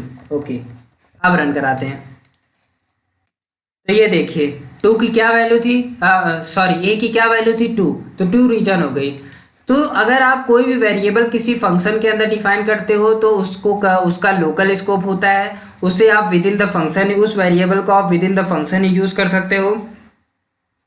और अगर आप किसी भी वेरिएबल को मेन सेगमेंट में बिना इंडेंटेशन के डिफाइन करते हो तो उसे आप पूरे प्रोग्राम में ही इस्तेमाल कर सकते हो। यही होता है ग्लोबल स्कोप और वही होता है लोकल स्कोप। मुझे लगता है आपको समझ में आ गया हो। Note, variable defined outside all function are global variable. जो किसी भी फंक्शन, जो सारे फंक्शन से बाहर डिफाइन हुआ हो वेरिएबल, वो ग्लोबल वेरिएबल होता है। And these variable can be defined even before all the function definition. और इनको हम लोग किसी भी फंक्शन को डिफाइन करने से पहले भी डिफाइन कर सकते हैं। इसमें तो कोई हार्ड एंड फास्ट रूल नहीं है कि पहले फंक्शन को डिफाइन करना है फिर वेरिएबल्स को डिफाइन करना है ना। तो जो भी आप फंक्शन के बाहर, जो भी सारे फंक्शंस के बाहर जो आप वेरिएबल्स डिफाइन करते हो वो ग्लोबल वेरिएबल होते हैं और इनको आप किस सारे फंक्शंस को डिफाइन करने से पहले भी डिफाइन कर सकते हो। ये कोई बहुत बड़ा बात नहीं कर दी ना। चलिए अब हम लोग देख लेते हैं कि lifetime of a variable का क्या मतलब है। The time for which a variable और a name remains in memory is called the lifetime of a variable. तो किसी भी वेरिएबल का लाइफ टाइम क्या होता है? वो टाइम, जितने टाइम तक वो मेमोरी में रहता है। अब बात कर लेते हैं कि ग्लोबल वेरिएबल कितने टाइम तक रहता है और लोकल वेरिएबल कितने टाइम तक रहता है। आप जानते हो कि जो ग्लोबल वेरिएबल होता है उसको हम लोग थ्रू आउट द प्रोग्राम कहीं पर भी यूज कर सकते हैं, इसलिए उसका जो लाइफ टाइम होता है वो पूरा टाइम होता है जब तक कि आपका प्रोग्राम रन कर रहा है ना। जितने टाइम तक आपका प्रोग्राम रन करेगा तब तक वो वेरिएबल तब तक वो वेरिएबल मेमोरी में रहने वाला है और उसका लाइफ टाइम क्या होता है? होल प्रोग्राम रन, जब तक पूरा प्रोग्राम रन कर रहा हो तब तक। अब नेक्स्ट आता है कि लोकल वेरिएबल मतलब कि उसका इस्तेमाल तभी तक है जब तक फंक्शन का एग्जीक्यूशन हो रहा है जिस फंक्शन में उस वेरिएबल को डिफाइन किया गया है, तो उसका लाइफ टाइम भी तब तक होगा। तो अगर कोई लोकल स्कोप का वेरिएबल है तो उसका लाइफ टाइम तब तक होगा जब तक जिस फंक्शन में वो डिफाइन किया गया है वो फंक्शन एग्जीक्यूट हो रहा है। जैसे उस फंक्शन का एग्जीक्यूशन खत्म होगा वैसे ही वो मेमोरी से हट जाएगा और उसका लाइफ टाइम खत्म हो जाएगा। तो लोकल स्कोप का लाइफ टाइम तब तक होता है जब तक फंक्शन का एग्जीक्यूशन हो रहा है और ग्लोबल वेरिएबल का लाइफ टाइम तब तक होता है जब तक कि प्रोग्राम का एग्जीक्यूशन हो रहा है, पूरे प्रोग्राम का एग्जीक्यूशन हो रहा है। तो for global variable life time is entire program run, जब तक पूरा प्रोग्राम रन कर रहा हो। और for local variable life time is their function run, जब तक फंक्शन रन कर रहा हो तब तक लोकल वेरिएबल का लाइफ टाइम है और जब तक पूरा प्रोग्राम रन कर रहा हो तब तक ग्लोबल वेरिएबल का लाइफ टाइम है। चलिए अब नेक्स्ट आता है name resolution, resolving scope of name. इसका मतलब क्या है? मान लो ना, इसमें हम लोग सीखेंगे कि अगर एक वेरिएबल फंक्शन में भी डिफाइन किया गया है और वही वेरिएबल हमारे ग्लोबल स्कोप में भी डिफाइन है, मतलब लोकल स्कोप में भी है और ग्लोबल स्कोप में भी है, तो कौन सी वैल्यू ली जाएगी ना? ग्लोबल स्कोप वाली वैल्यू ली जाएगी कि लोकल स्कोप वाली वैल्यू ली जाएगी? या फिर आपने कोई फंक्शन लिखा कि प्रिंट ए ना, और वो ए जो है वो कई जगह है, तो किस जगह से ए की वैल्यू को रिट्राइव किया जाएगा? ये सारी बातें हम लोग यहाँ पर पढ़ने वाले हैं नेम रिजोल्यूशन में। तो नेम रिजोल्यूशन क्या होता है? नेम रिजोल्यूशन किस बेसिस पे होता है? नेम रिजोल्यूशन होता है एलईजीबी के बेस्ड पे। अब एलईजीबी क्या होता है? एल का मतलब होता है लोकल नेम स्पेस। अच्छा, नेम स्पेस क्या होता है? जब भी आप एक जो पूरा प्रोग्राम होता है उसका एक अलग नेम स्पेस होता है ना, उस नेम स्पेस में सारे वेरिएबल्स स्टोर होते हैं जो कि जिनका ग्लोबल स्कोप होता है ना। तो नेम स्पेस क्या होता है, वो जगह जहाँ पर वेरिएबल्स को स्टोर किया जाता है ना, जितने भी वेरिएबल्स आपने डिफाइन किए हैं उन वेरिएबल्स को, फंक्शंस को, जो ग्लोबल वेरिएबल में फंक्शंस हैं, जो ग्लोबल स्कोप में फंक्शंस है, वेरिएबल्स हैं, इन सारी चीज़ों को जहाँ पर स्टोर किया जाता है वो होता है नेम स्पेस। जब आप कोई फंक्शन डिफाइन कर देते हो तो उसका एक अलग नेम स्पेस होता है। जैसे वो फंक्शन का एग्जीक्यूशन खत्म होता है वो नेम स्पेस भी खत्म हो जाता है। तो एल का मतलब होता है लोकल नेम स्पेस, फिर ई का मतलब होता है इंक्लोजिंग नेम स्पेस, जी का मतलब होता है ग्लोबल नेम स्पेस और बी का मतलब होता है built in name space. Name space का मतलब समझ गया, लोकल का मतलब आपको पता है, ग्लोबल का मतलब आपको पता है, बुल्ट इन का मतलब आपको पता है। अब जानते हैं कि इंक्लोजिंग का मतलब होता है कि अगर एक फंक्शन दूसरे फंक्शन के अंदर है तो उसे हम लोग इंक्लोजिंग नेम स्पेस कहते हैं। मतलब उस नेम स्पेस के अंदर एक दूसरा नेम स्पेस है ना, क्योंकि एक फंक्शन जो है वो दूसरे फंक्शन के अंदर स्टोर है ना, इसीलिए एक नेम स्पेस के अंदर दूसरा नेम स्पेस है, इसलिए हम लोग उसको इंक्लोजिंग नेम स्पेस कहते हैं। अब देखते हैं कि अगर आपने कोई वेरिएबल दे दिया तो उस वेरिएबल, अगर वो वेरिएबल कई सारे नेम स्पेसेस में है तो कहाँ की नेम स्पेस वाली वैल्यू उस वेरिएबल को असाइन की जाएगी और कौन सी वैल्यू उस वेरिएबल को दे के एग्जीक्यूशन कैरी फॉरवर्ड किया जाता है। चलिए, for every name reference within a program, जब भी आप किसी नेम को रिफर करते हो, किसी वेरिएबल को रिफर करते हो, that is when you access a variable from within a program और a function, Python follow name resolution rule known as LEGB rule. तो जब भी आप किसी वेरिएबल को एक्सेस करते हो, रिफर करते हो with in the program run, तो जो पाइथन है वो LEGB रूल का फॉलो करता है। L माने लोकल नेम स्पेस, E माने इंक्लोजिंग नेम स्पेस, G माने ग्लोबल नेम स्पेस और B माने बिल्ट इन नेम स्पेस। ये चारों आपको याद रहने चाहिए। That is for every name reference Python does the following to resolve it. तो जब भी आप कोई नेम को रिफर करते हो तो पाइथन ये स्टेप करता है रिजॉल्व करने के लिए, वैल्यूज को देखने के लिए कि इस वेरिएबल को कौन सी वैल्यू दी जानी है। पहला step, it check within its local environment. जैसे अगर आप किसी वेरिएबल के अंदर, किसी फंक्शन के अंदर हो और वहां पर आपने किसी वेरिएबल को लिख दिया कि प्रिंट ए ना, तो सबसे पहले ए की वैल्यू कहाँ, ए वेरिएबल कहाँ चेक किया जाएगा, a variable within the function check किया जाएगा कि उस फंक्शन के अंदर ए नाम का कोई वेरिएबल है कि नहीं। तो फंक्शन क्या होता है, फंक्शन लोकल स्कोप होता है और उसका एनवायरनमेंट भी लोकल एनवायरनमेंट होता है ना। अगर आप with in the function variable को ढूंढ रहे हो तो वो लोकल एनवायरनमेंट के अंदर आता है और ये होता है LEGB का पहला रूल या फिर पहला स्टेप जहां पर आप उस वेरिएबल को चेक कर रहे हो। तो it check within its local environment if its variable with the same name. अगर वहां पर उसको कोई वेरिएबल मिलता है, जैसे हम लोग फंक्शन में ए नाम का वेरिएबल ढूंढ रहे थे, तो अगर उस फंक्शन में ए नाम का वेरिएबल मिल जाता है तो हम लोग पाइथन यूजेज इट्स वैल्यू, तो पाइथन उसकी वैल्यू वहीं पर वही वेरिएबल की वैल्यू यूज कर लेता है। बाकी ई, जी और बी का, B enclosing name space, global name space, built in name space, इन तीनों को चेक नहीं करता है। और अगर उस फंक्शन के अंदर या फिर उस लोकल एनवायरनमेंट के अंदर वो वेरिएबल नहीं मिलता है तो फिर पाइथन स्टेप नंबर 2 के पास जाता है। स्टेप नंबर 2 क्या कहता है, मान लो जो आप जिस फंक्शन के अंदर आप प्रिंट ए लिखे थे वो फंक्शन किसी और फंक्शन के अंदर इंक्लोज था। तो जो फंक्शन था उसका तो लोकल एनवायरनमेंट हो गया और वहां पर उसको नहीं मिला, तो अब वो जिस फंक्शन में वो इंक्लोज है उस फंक्शन में जाके चेक करेगा कि इस फंक्शन में कहीं तो ए नाम का वेरिएबल तो नहीं है, तो उसे कहते हैं इंक्लोजिंग एनवायरनमेंट। क्यों?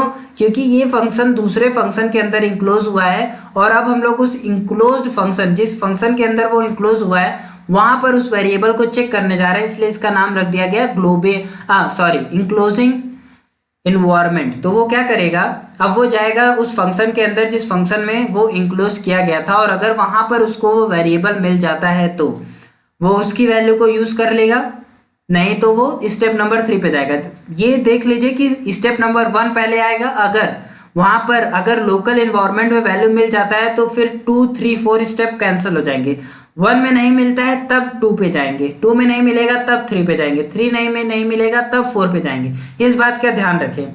तो मान लीजिए कि 2 में इंक्लोजिंग एनवायरनमेंट में जिस फंक्शन के अंदर वो फंक्शन स्टोर था उस फंक्शन के अंदर भी हमें उस नाम का वेरिएबल नहीं मिला, तो अब क्या होगा, अब वो कहाँ जाएगा, स्टेप नंबर 3 में।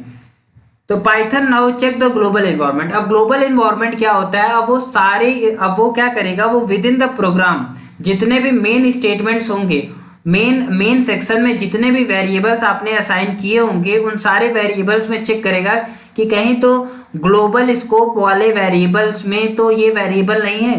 चूंकि वो ग्लोबल स्कोप वाले वेरिएबल को चेक कर रहा है, इसलिए इस इन्वायरमेंट का नाम रख दिया गया ग्लोबल इन्वायरमेंट। अगर आपको ग्लोबल इन्वायरमेंट में या फिर ग्लोबल स्कोप वेरिएबल्स में से कोई एक वेरिएबल उस नाम का निकल जाता है तो उस वेरिएबल की वैल्यू को इस्तेमाल कर लिया जाएगा, और अगर नहीं निकलता है तो हो जाएगा स्टेप नंबर 4 में। स्टेप नंबर 4 क्या करता है कि मान लीजिए आपने पाइथन के अंदर किसी मॉड्यूल को इंपोर्ट किया था ना, तो अब क्या करेगा पाइथन, अब वो उस मॉड्यूल के अंदर जाएगा। मॉड्यूल क्या होती है, मॉड्यूल भी एक पाइथन फाइल होती है। तब वो उस मॉड्यूल या फिर उस पाइथन फाइल में जाएगा और वहां पर चेक करेगा कि कहीं इस मॉड्यूल के अंदर तो इस नाम का वेरिएबल तो नहीं है। अगर होगा तो उस मॉड्यूल से उस वेरिएबल की वैल्यू को रिट्राइव करके वो यूज कर लेगा। लेकिन मान लीजिए कि मॉड्यूल में भी, वहां पर मॉड्यूल बिल्ट इन इन्वायरमेंट में भी वो जो वेरिएबल था उस नाम का कोई वेरिएबल नहीं मिला। मतलब हमें ना लोकल इन्वायरमेंट में वेरिएबल का नाम नहीं मिला, तो फिर हम इंक्लोजिंग इन्वायरमेंट में गए, वहां पर भी नहीं मिला। फिर हम ग्लोबल इन्वायरमेंट में गए, वहां पर भी नहीं मिला। फिर हम लोग बुलेट इन इन्वायरमेंट में गए, वहां पर भी नहीं मिला। तो फिर उसके बाद एक ही चीज आता है कि जब कहीं पर भी नहीं मिलेगा तो पाइथन कहेगा बस अब हम हार मानते हैं। अब आपको दिया जाएगा एक नेम एरर। क्या दिया जाएगा, आपको एक नेम दिया जाएगा कि this variable is not defined. इस नेम का तो वेरिएबल वह नहीं है कहीं। आपको इस तरह का एरर दे दिया जाएगा अगर ये चारों स्टेप्स, इन चारों इन्वायरमेंट में भी वेरिएबल नहीं मिलता है। तो अगर आपको समझ में आ गया तो हम लोग आगे बढ़ते हैं, आपको नहीं समझ में आया तो आप एक बार और रिपीट करके इतना पार्ट देख लो, पक्का आपको समझ में जरूर आ जाएगा। लास्ट स्टेप क्या है, जब चारों इन्वायरमेंट में नहीं मिलेगा तो आपको एरर दिया जाएगा। एरर क्या है, नेम वेरिएबल, नेम फिर उसके बाद वेरिएबल का नाम आएगा, इज नॉट डिफाइंड, कि कहीं नहीं मिला। हमें चारों इन्वायरमेंट में हमने खोज लिया, अब हम और नहीं खोजेंगे और कहीं नहीं खोजेंगे। अब आपको एरर दिया जाएगा कि ये वेरिएबल नहीं है। चलिए अब नेक्स्ट आता है कि थोड़ा सा अब हम लोग चेक करेंगे ना, let us consider some example. अब हमने वेरिएबल के स्कोप्स, वेरिएबल के स्कोप देख लिए, इन्वायरमेंट्स देख लिए, नेम रिजोल्यूशन देख लिए। अब हम लोग कुछ एग्जांपल की मदद से इनका थोड़ा सा यूज देख लेते हैं कि कैसे कैसे कैसे किस स्टेप से होकर ये सारी चीजें जाती हैं। तो पहला case first, variable in global scope but not in local scope. जो वेरिएबल है वो ग्लोबल स्कोप में तो है लेकिन लोकल स्कोप में नहीं है ना। तो पाइथन क्या करेगा, Python uses the value from global scope and execute the function as per. Local scope में नहीं है तो सबसे पहले कहाँ गया, वो स्टेप नंबर 1 क्या था, लोकल एनवायरनमेंट में। लोकल एनवायरनमेंट जहाँ कहने का मतलब है कि वो लोकल स्कोप वेरिएबल्स को देखेगा तो वहाँ नहीं है, तो स्टेप नंबर 1 तो फेल हो गया। फिर स्टेप नंबर 2 में जाएगा इंक्लोजिंग में। मान लीजिए वो फंक्शन किसी और फंक्शन के अंदर इंक्लोज ही नहीं था तो स्टेप नंबर 2 ऐसे ही कैंसिल हो गया। फिर स्टेप नंबर 3 के पास जाएगा ग्लोबल स्कोप, तो फिर ग्लोबल एनवायरनमेंट में जाएगा तो ग्लोबल स्कोप वेरिएबल्स को ढूंढेगा। तो जी हाँ, यहाँ कहा है कि वेरिएबल ग्लोबल स्कोप में है, तो ग्लोबल स्कोप वाली वैल्यू को यूज करके जो भी एग्जीक्यूशन करना था वो एग्जीक्यूशन हो जाएगा। Case second, variable neither in global scope nor in local scope ना।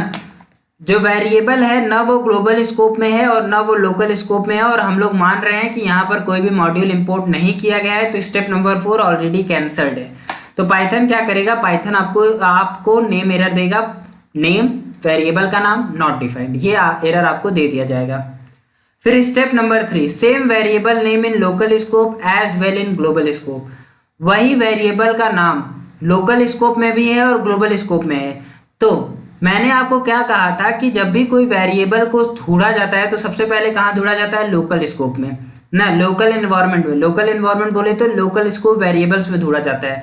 तो अगर लोकल स्कोप में है तो पहले स्टेप में आपको मिल गया, इस लोकल स्कोप में ही आपको वो वेरिएबल मिल गया, तो फिर बात ही नहीं उठती कि वो ग्लोबल स्कोप तक जाएगा। वो सिर्फ लोकल स्कोप का वेरिएबल मिल गया, उसकी वैल्यू को यूज किया और एग्जीक्यूशन हो गया। उसको मतलब ही नहीं, वो देखने ही नहीं जाएगा कि ग्लोबल स्कोप में वेरिएबल था कि नहीं था, उसको मतलब ही नहीं, लोकल में मिल गया तो उधर ही से वो काम चला लिया ना। तो अगर लोकल स्कोप और ग्लोबल स्कोप दोनों में ही वेरिएबल एग्जिस्ट करता है तो वैल्यू किधर से जाएगी, वैल्यू लोकल स्कोप वाले से जाएगी।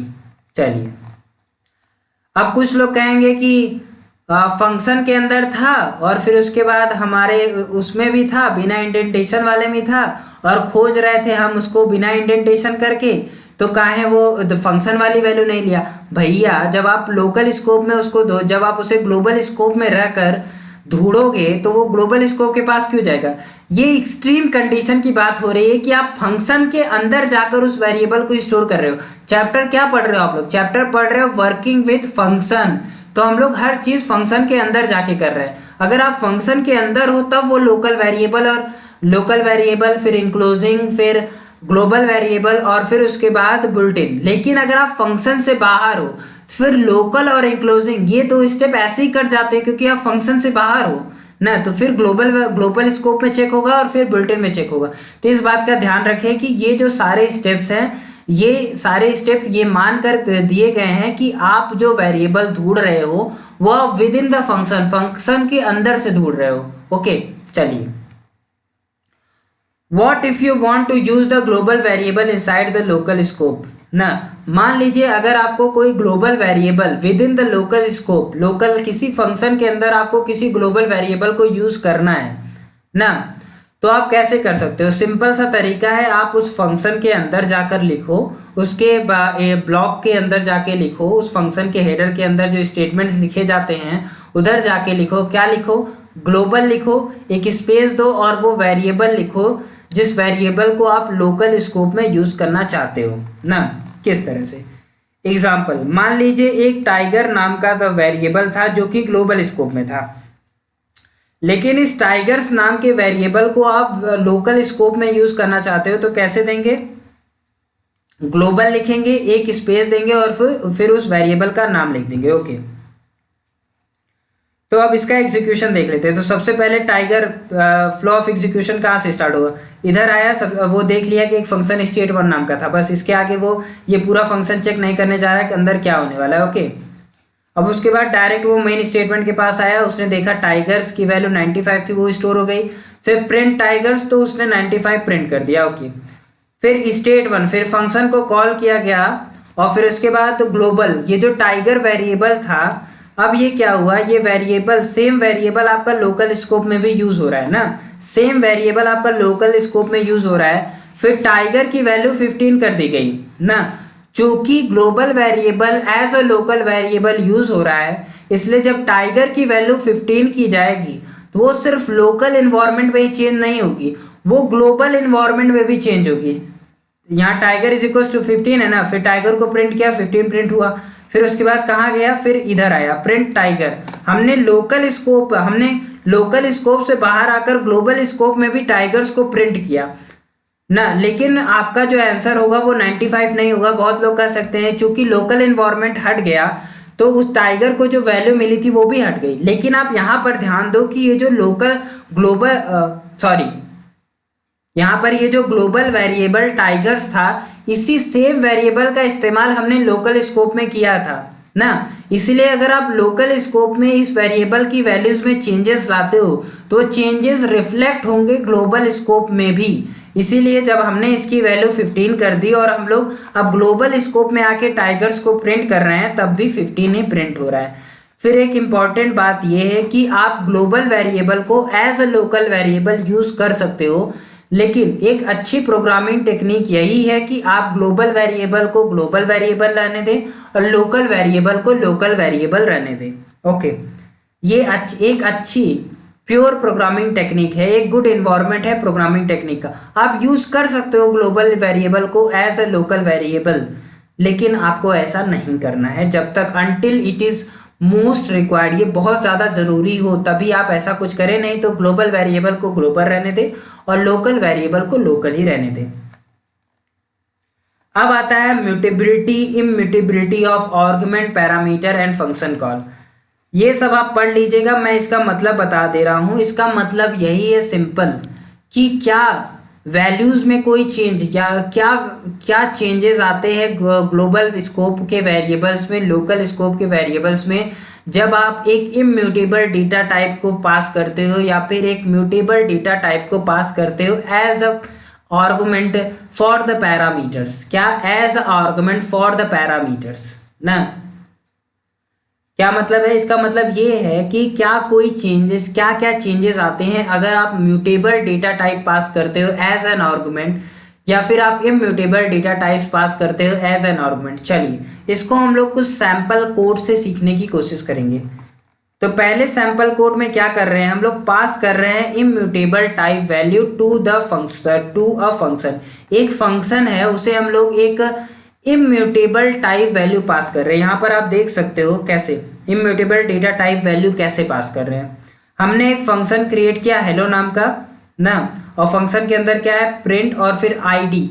जब आप आईडी का इस्तेमाल करते हो और उसके अंदर आप किसी वेरिएबल को लिखते हो तो वो क्या करता है, वो आपको रिटर्न करता है वो एड्रेस जहाँ पर वो वेरिएबल की वैल्यू स्टोर है।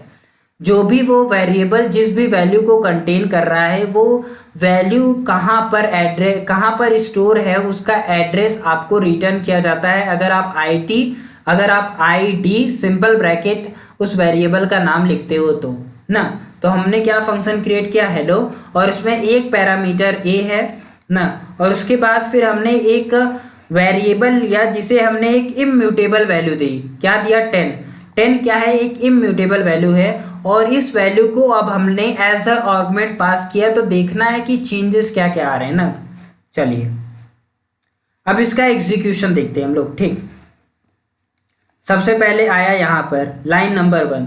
लाइन नंबर 1 पे उसे एक फंक्शन मिला, उसने फंक्शन का नाम देख लिया कि हेलो नाम है, बस। इसके बाद उसे और किसी चीज़ से मतलब नहीं है। फिर वो क्या आया, फिर वो डायरेक्ट मेन स्टेटमेंट्स पे आया। मेन स्टेटमेंट पहला था num1, तो देख लिया कि एक वेरिएबल है num1 और इसकी वैल्यू 10 है। फिर दूसरी लाइन में क्या आया कि प्रिंट करना है num1 क्या है, 10 है, 10 प्रिंट हो गया। और उसके बाद id इन ब्रैकेट num1, तो क्या प्रिंट होगा, जो वेरिएबल दिया गया है सिंपल ब्रैकेट में वो जिस वैल्यू को रिफर कर रहा है वो वैल्यू किस लोकेशन पे स्टोर है उसका एड्रेस आपको प्रिंट होकर आ जाएगा। तो ये है वो एड्रेस जहां पर 10 वैल्यू स्टोर की गई। ओके, ये लाइन का एग्जीक्यूशन खत्म, ये लाइन का एग्जीक्यूशन खत्म। अब इसके बाद जो लाइन है उसमें आपने फंक्शन को कॉल कर दिया। तो फ्लो ऑफ एग्जीक्यूशन कहाँ गया, फ्लो ऑफ एग्जीक्यूशन गया यहाँ पर। यहाँ पर क्या हुआ, आपने एज अ आर्गुमेंट num1 पास किया था, तो जो वेरिएबल ए था, अब देखिए क्या होता है कि यहाँ पर एक ग्लोबल इन्वायरमेंट होता है ना, मैं उसको GE से डिनोट करता हूँ। जब एग्जीक्यूशन का शुरू हुआ तो क्या वेरिएबल मिला, एक वेरिएबल मिला num1, तो ग्लोबल इन्वायरमेंट में एक वेरिएबल बन गया num1, और num1 किस वैल्यू को डिनोट कर रहा है, num1 डिनोट कर रहा है 10 को, और 10 का कुछ एड्रेस है ना। फिर उसके बाद आपने प्रिंट किया तो ये 10 प्रिंट हुआ और वो एड्रेस प्रिंट हुआ जहाँ पर ये 10 वैल्यू स्टोर थी। फिर उसके बाद हेलो, फिर हमने फंक्शन को कॉल कर दिया। जैसे ही हमने फंक्शन को कॉल किया तो एक नया इन्वायरमेंट बन गया इसी ग्लोबल इन्वायरमेंट के अंदर।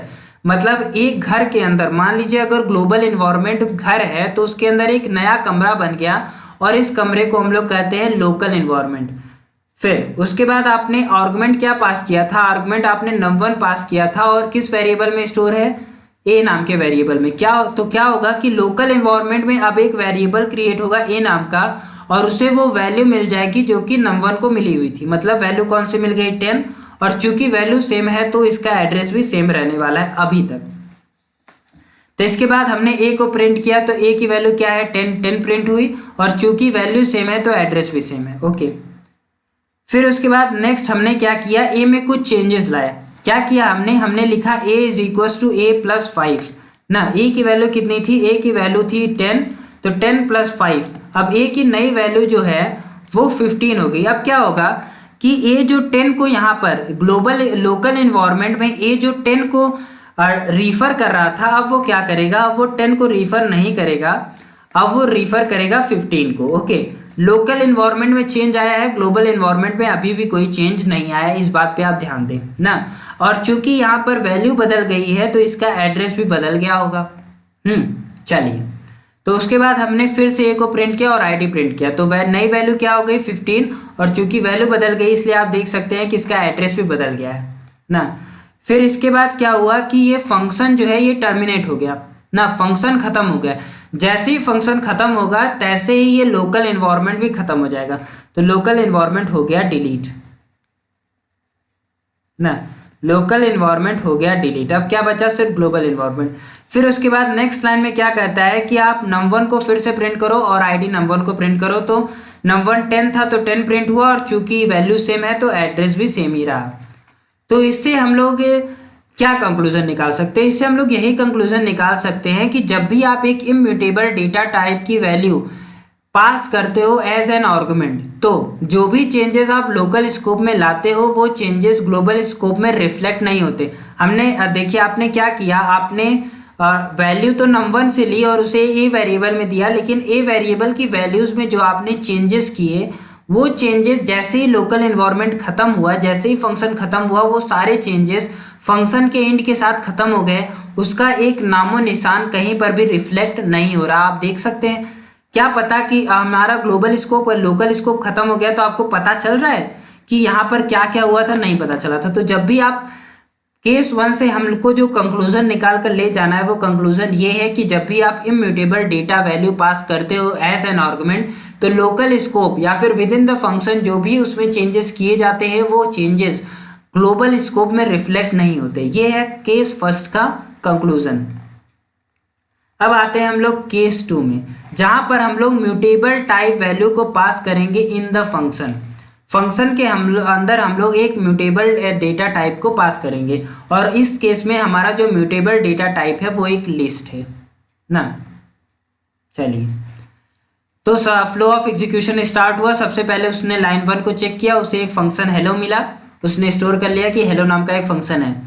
फिर उसके बाद वो इस लाइन पे आया, उसने देखा कि list1 नाम का एक वेरिएबल है, उसने एक लिस्ट को स्टोर किया हुआ है ना। फिर उसके बाद उसको लिस्ट प्रिंट, फिर एक प्रिंट फंक्शन आया, फिर उसने क्या प्रिंट करना था, list1 को प्रिंट करना था। तो यहाँ देख सकते हैं कि list1 प्रिंट है, और ये पूरी लिस्ट जिस एड्रेस पे स्टोर है वो एड्रेस आपको प्रिंट हो गया, क्योंकि हमने आईडी इन ब्रैकेट list1 लिखा हुआ था। लेकिन आप एक बात जान लीजिए कि जो पूरी लिस्ट होती है उसका एड्रेस अलग होता है, और उसकी जो पर वैल्यूज होती है इनका एड्रेस अलग होता है। इस बात को आप ध्यान रख लीजिए कि जो एड्रेस पूरी लिस्ट का, कंप्लीट लिस्ट का है, वो एड्रेस उसके सिंगल वेरिएबल्स का नहीं होता है ना। चलिए, अब उसके बाद फिर हमने फंक्शन को कॉल किया हेलो list1, और यहाँ पर हमने आर्गुमेंट क्या पास किया, यहाँ पर हमने आर्गुमेंट पास किया list1। list1 कैसा आर्गुमेंट था, म्यूटेबल डेटा टाइप आर्गुमेंट था। तो फिर से हम लोग वही कर लेते हैं, हमने एक ग्लोबल एनवायरनमेंट बनाया, और इस ग्लोबल एनवायरनमेंट के अंदर क्या है, एक list1 नाम का वेरिएबल है, list1 नाम का वेरिएबल है, और इस वेरिएबल के अंदर स्टोर है, क्या स्टोर है इस वेरिएबल के अंदर, इस वेरिएबल के अंदर स्टोर है एक लिस्ट ना। कौन सी लिस्ट है, 2, 3, 4। ओके, फिर उसके बाद जब फंक्शन कॉल हुआ तो क्या बनेगा, अब एक नया एनवायरनमेंट बनेगा। कैसा एनवायरनमेंट, लोकल एनवायरनमेंट बनेगा ना, एक लोकल एनवायरनमेंट बनेगा।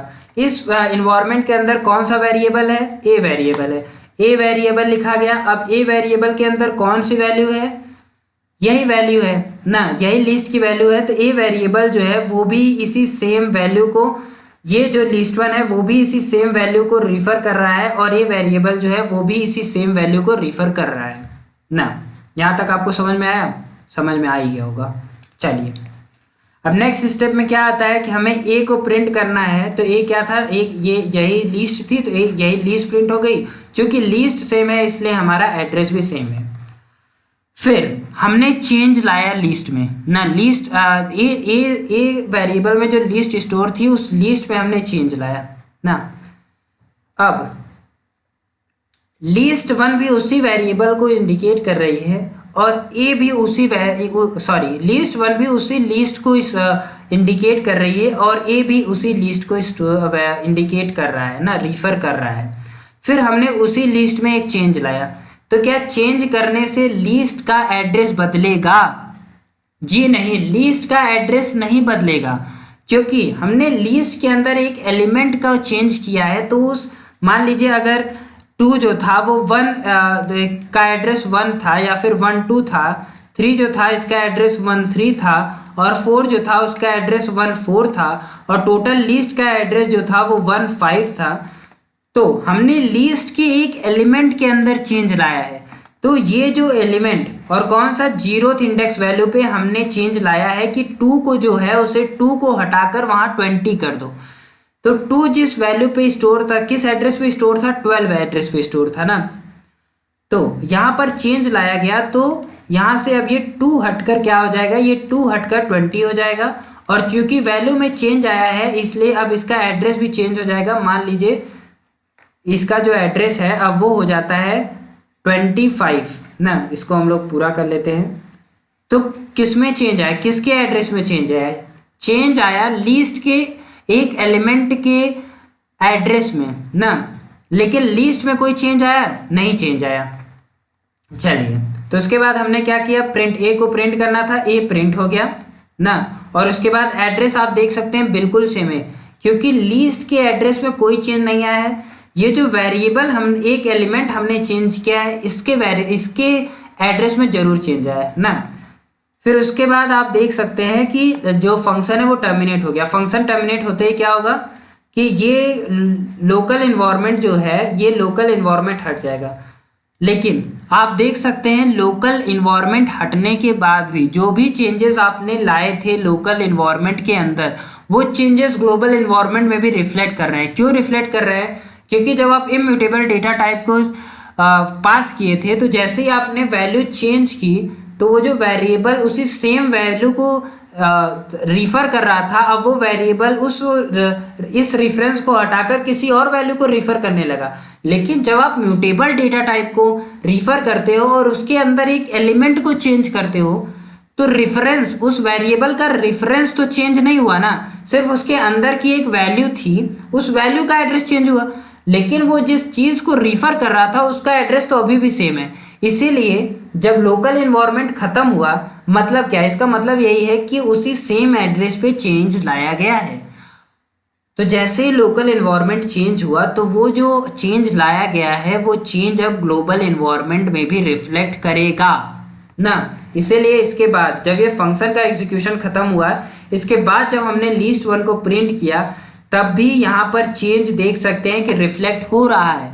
2 जो था उसकी वैल्यू 20 हमने चेंज की थी with in the local environment, लेकिन लोकल इन्वायरमेंट खत्म होने के बाद भी ये जो वैल्यू है ये अभी भी 20 ही है। ओके, तो मुझे लगता है आपको ये बिल्कुल अच्छे से समझ में आ गया हो, इसमें कोई आपको प्रॉब्लम नहीं है। तो इस यहाँ से हम लोग क्या कंक्लूजन निकाल सकते हैं, यहाँ से हम लोग कंक्लूजन ये निकाल सकते हैं कि जब आप म्यूटेबल डेटा टाइप की वैल्यू एज एन आर्गुमेंट पास करते हो, तो उसका जो चेंजेस है वो चेंजेस रिफ्लेक्ट होते हैं ग्लोबल इन्वायरमेंट में भी। ओके, ये आप कंक्लूजन इस पूरी कन्वर्सेशंस का निकाल सकते हो। अब केस नंबर 3 आता है कि passing a mutable type value to a function. Same है, लेकिन यहाँ पर हम लोग कुछ चेंज कर रहे हैं। वो चेंज क्या कर रहे हैं, वो चेंज हम लोग ये कर रहे हैं कि हमने, देखिए क्या चेंज कर रहे हैं। ओके, तो सबसे पहले एग्जीक्यूशन देखते हैं ना। हाँ, यहाँ लाइन नंबर 1 आया, देखा हेलो नाम का एक फंक्शन है, वो जहाँ स्टोर कर लिया कि हेलो नाम का एक फंक्शन क्रिएट किया गया है। फिर लाइन नंबर 1 को एग्जीक्यूट किया कि लिस्ट 1 नाम का एक वेरिएबल है, तो तुरंत ही क्या बन गया, तुरंत ही एक लोकल ग्लोबल इन्वायरमेंट बन गया ना, जीई। और इस जीई के अंदर एक वेरिएबल स्टोर हो गया लिस्ट 1 नाम से, और ये एक वैल्यू को रिफर करने लगा, वो वैल्यू थी 2, 3, 4।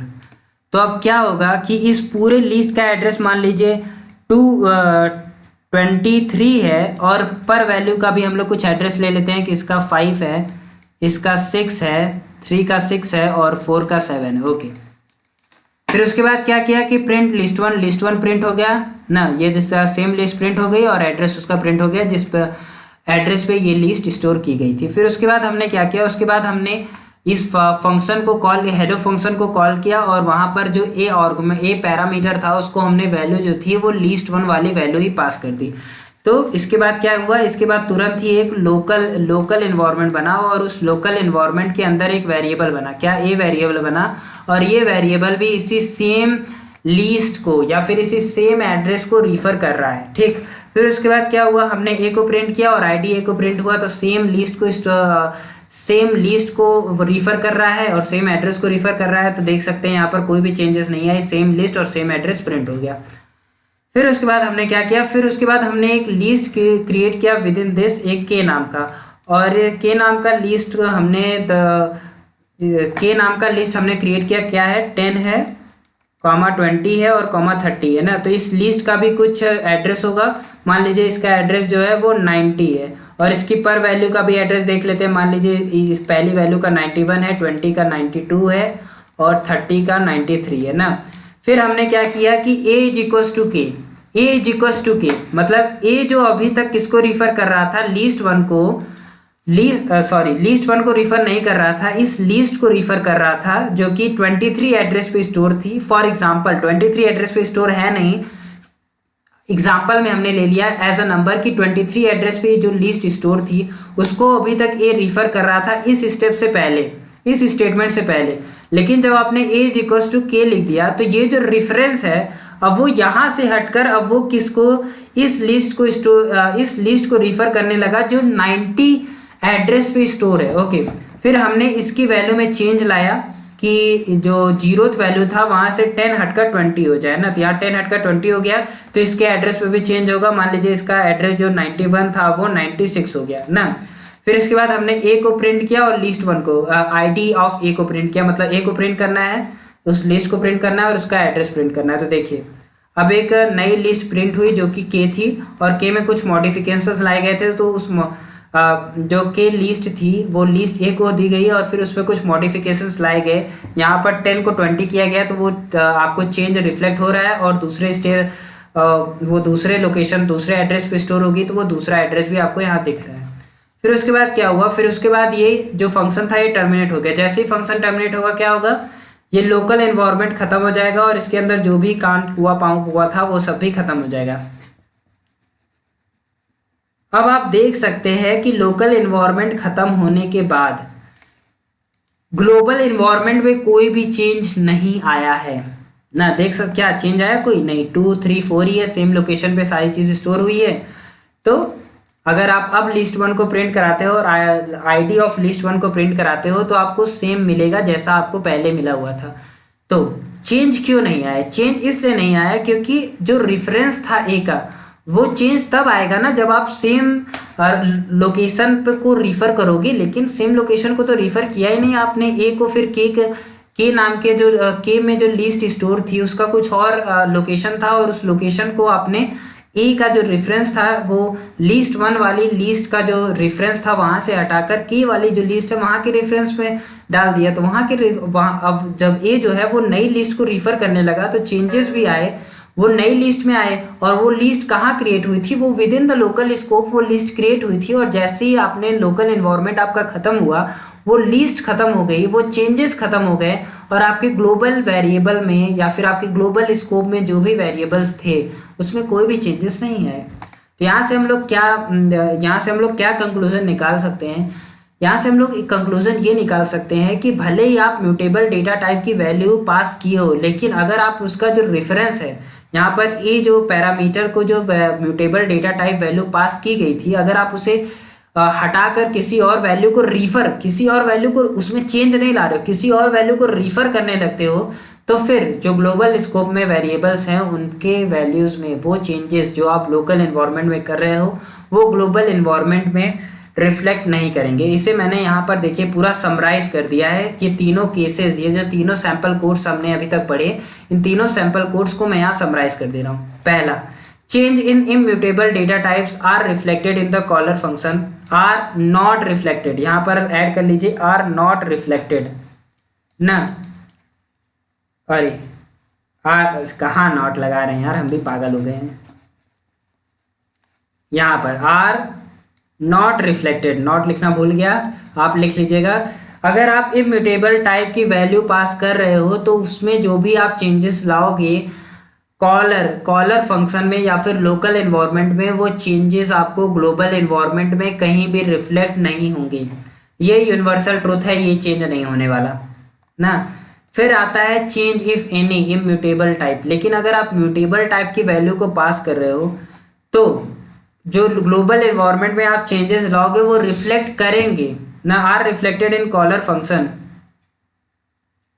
If its name is not assigned a different variable और डेटा टाइप। अगर आपने उसको जो नेम था ना, जो उस वैल्यू को रिफर, जो नेम जो वेरिएबल था जो उस वैल्यू को रिफर कर रहा था, अगर वो रेफरेंस आप नहीं चेंज करते हो और is not assigned a different variable, आपने उसे कोई दूसरा वेरिएबल या फिर कोई दूसरा डेटा टाइप असाइन नहीं किया, तो जो चेंजेस होंगे वो चेंजेस कॉलर फंक्शन में रिफ्लेक्ट होंगे ना।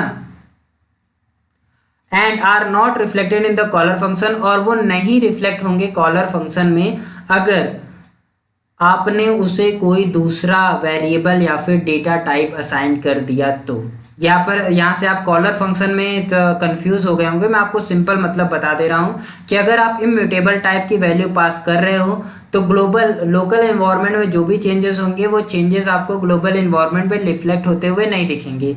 लेकिन अगर आप म्यूटेबल डेटा टाइप की वैल्यू पास कर रहे हो तो, और अगर आपने कोई भी वेरिएबल उसको कोई एक नया वेरिएबल या फिर डेटा टाइप नहीं दिया, तो जो चेंजेस आप लोकल एनवायरनमेंट में करोगे वो चेंजेस आपको रिफ्लेक्ट होंगे ग्लोबल एनवायरनमेंट में या फिर ग्लोबल स्कोप में। लेकिन अगर आप उसको एक नया वेरिएबल, एक नया डेटा टाइप असाइन कर दे रहे हो तो जो भी चेंजेस आपने लोकल एनवायरनमेंट में किया है वो सारे चेंजेस आपको ग्लोबल एनवायरनमेंट में नहीं दिखेंगे। ये इसका एक सिंपल सी समरी है, बस आप इतना समझ लो। चलिए, तो यहाँ पर हमारा वर्किंग विद फंक्शंस चैप्टर पूरी तरह से ओवर हो जाता है। मुझे लगता है कि आपको सारी बातें समझ में आ गई होंगी, और अगर आपको हमारा लेक्चर अच्छा लगा हो तो प्लीज़ हमारे चैनल को सब्सक्राइब कर लीजिए और इस वीडियो पे एक लाइक डाल दीजिए। Thanks for watching this lecture.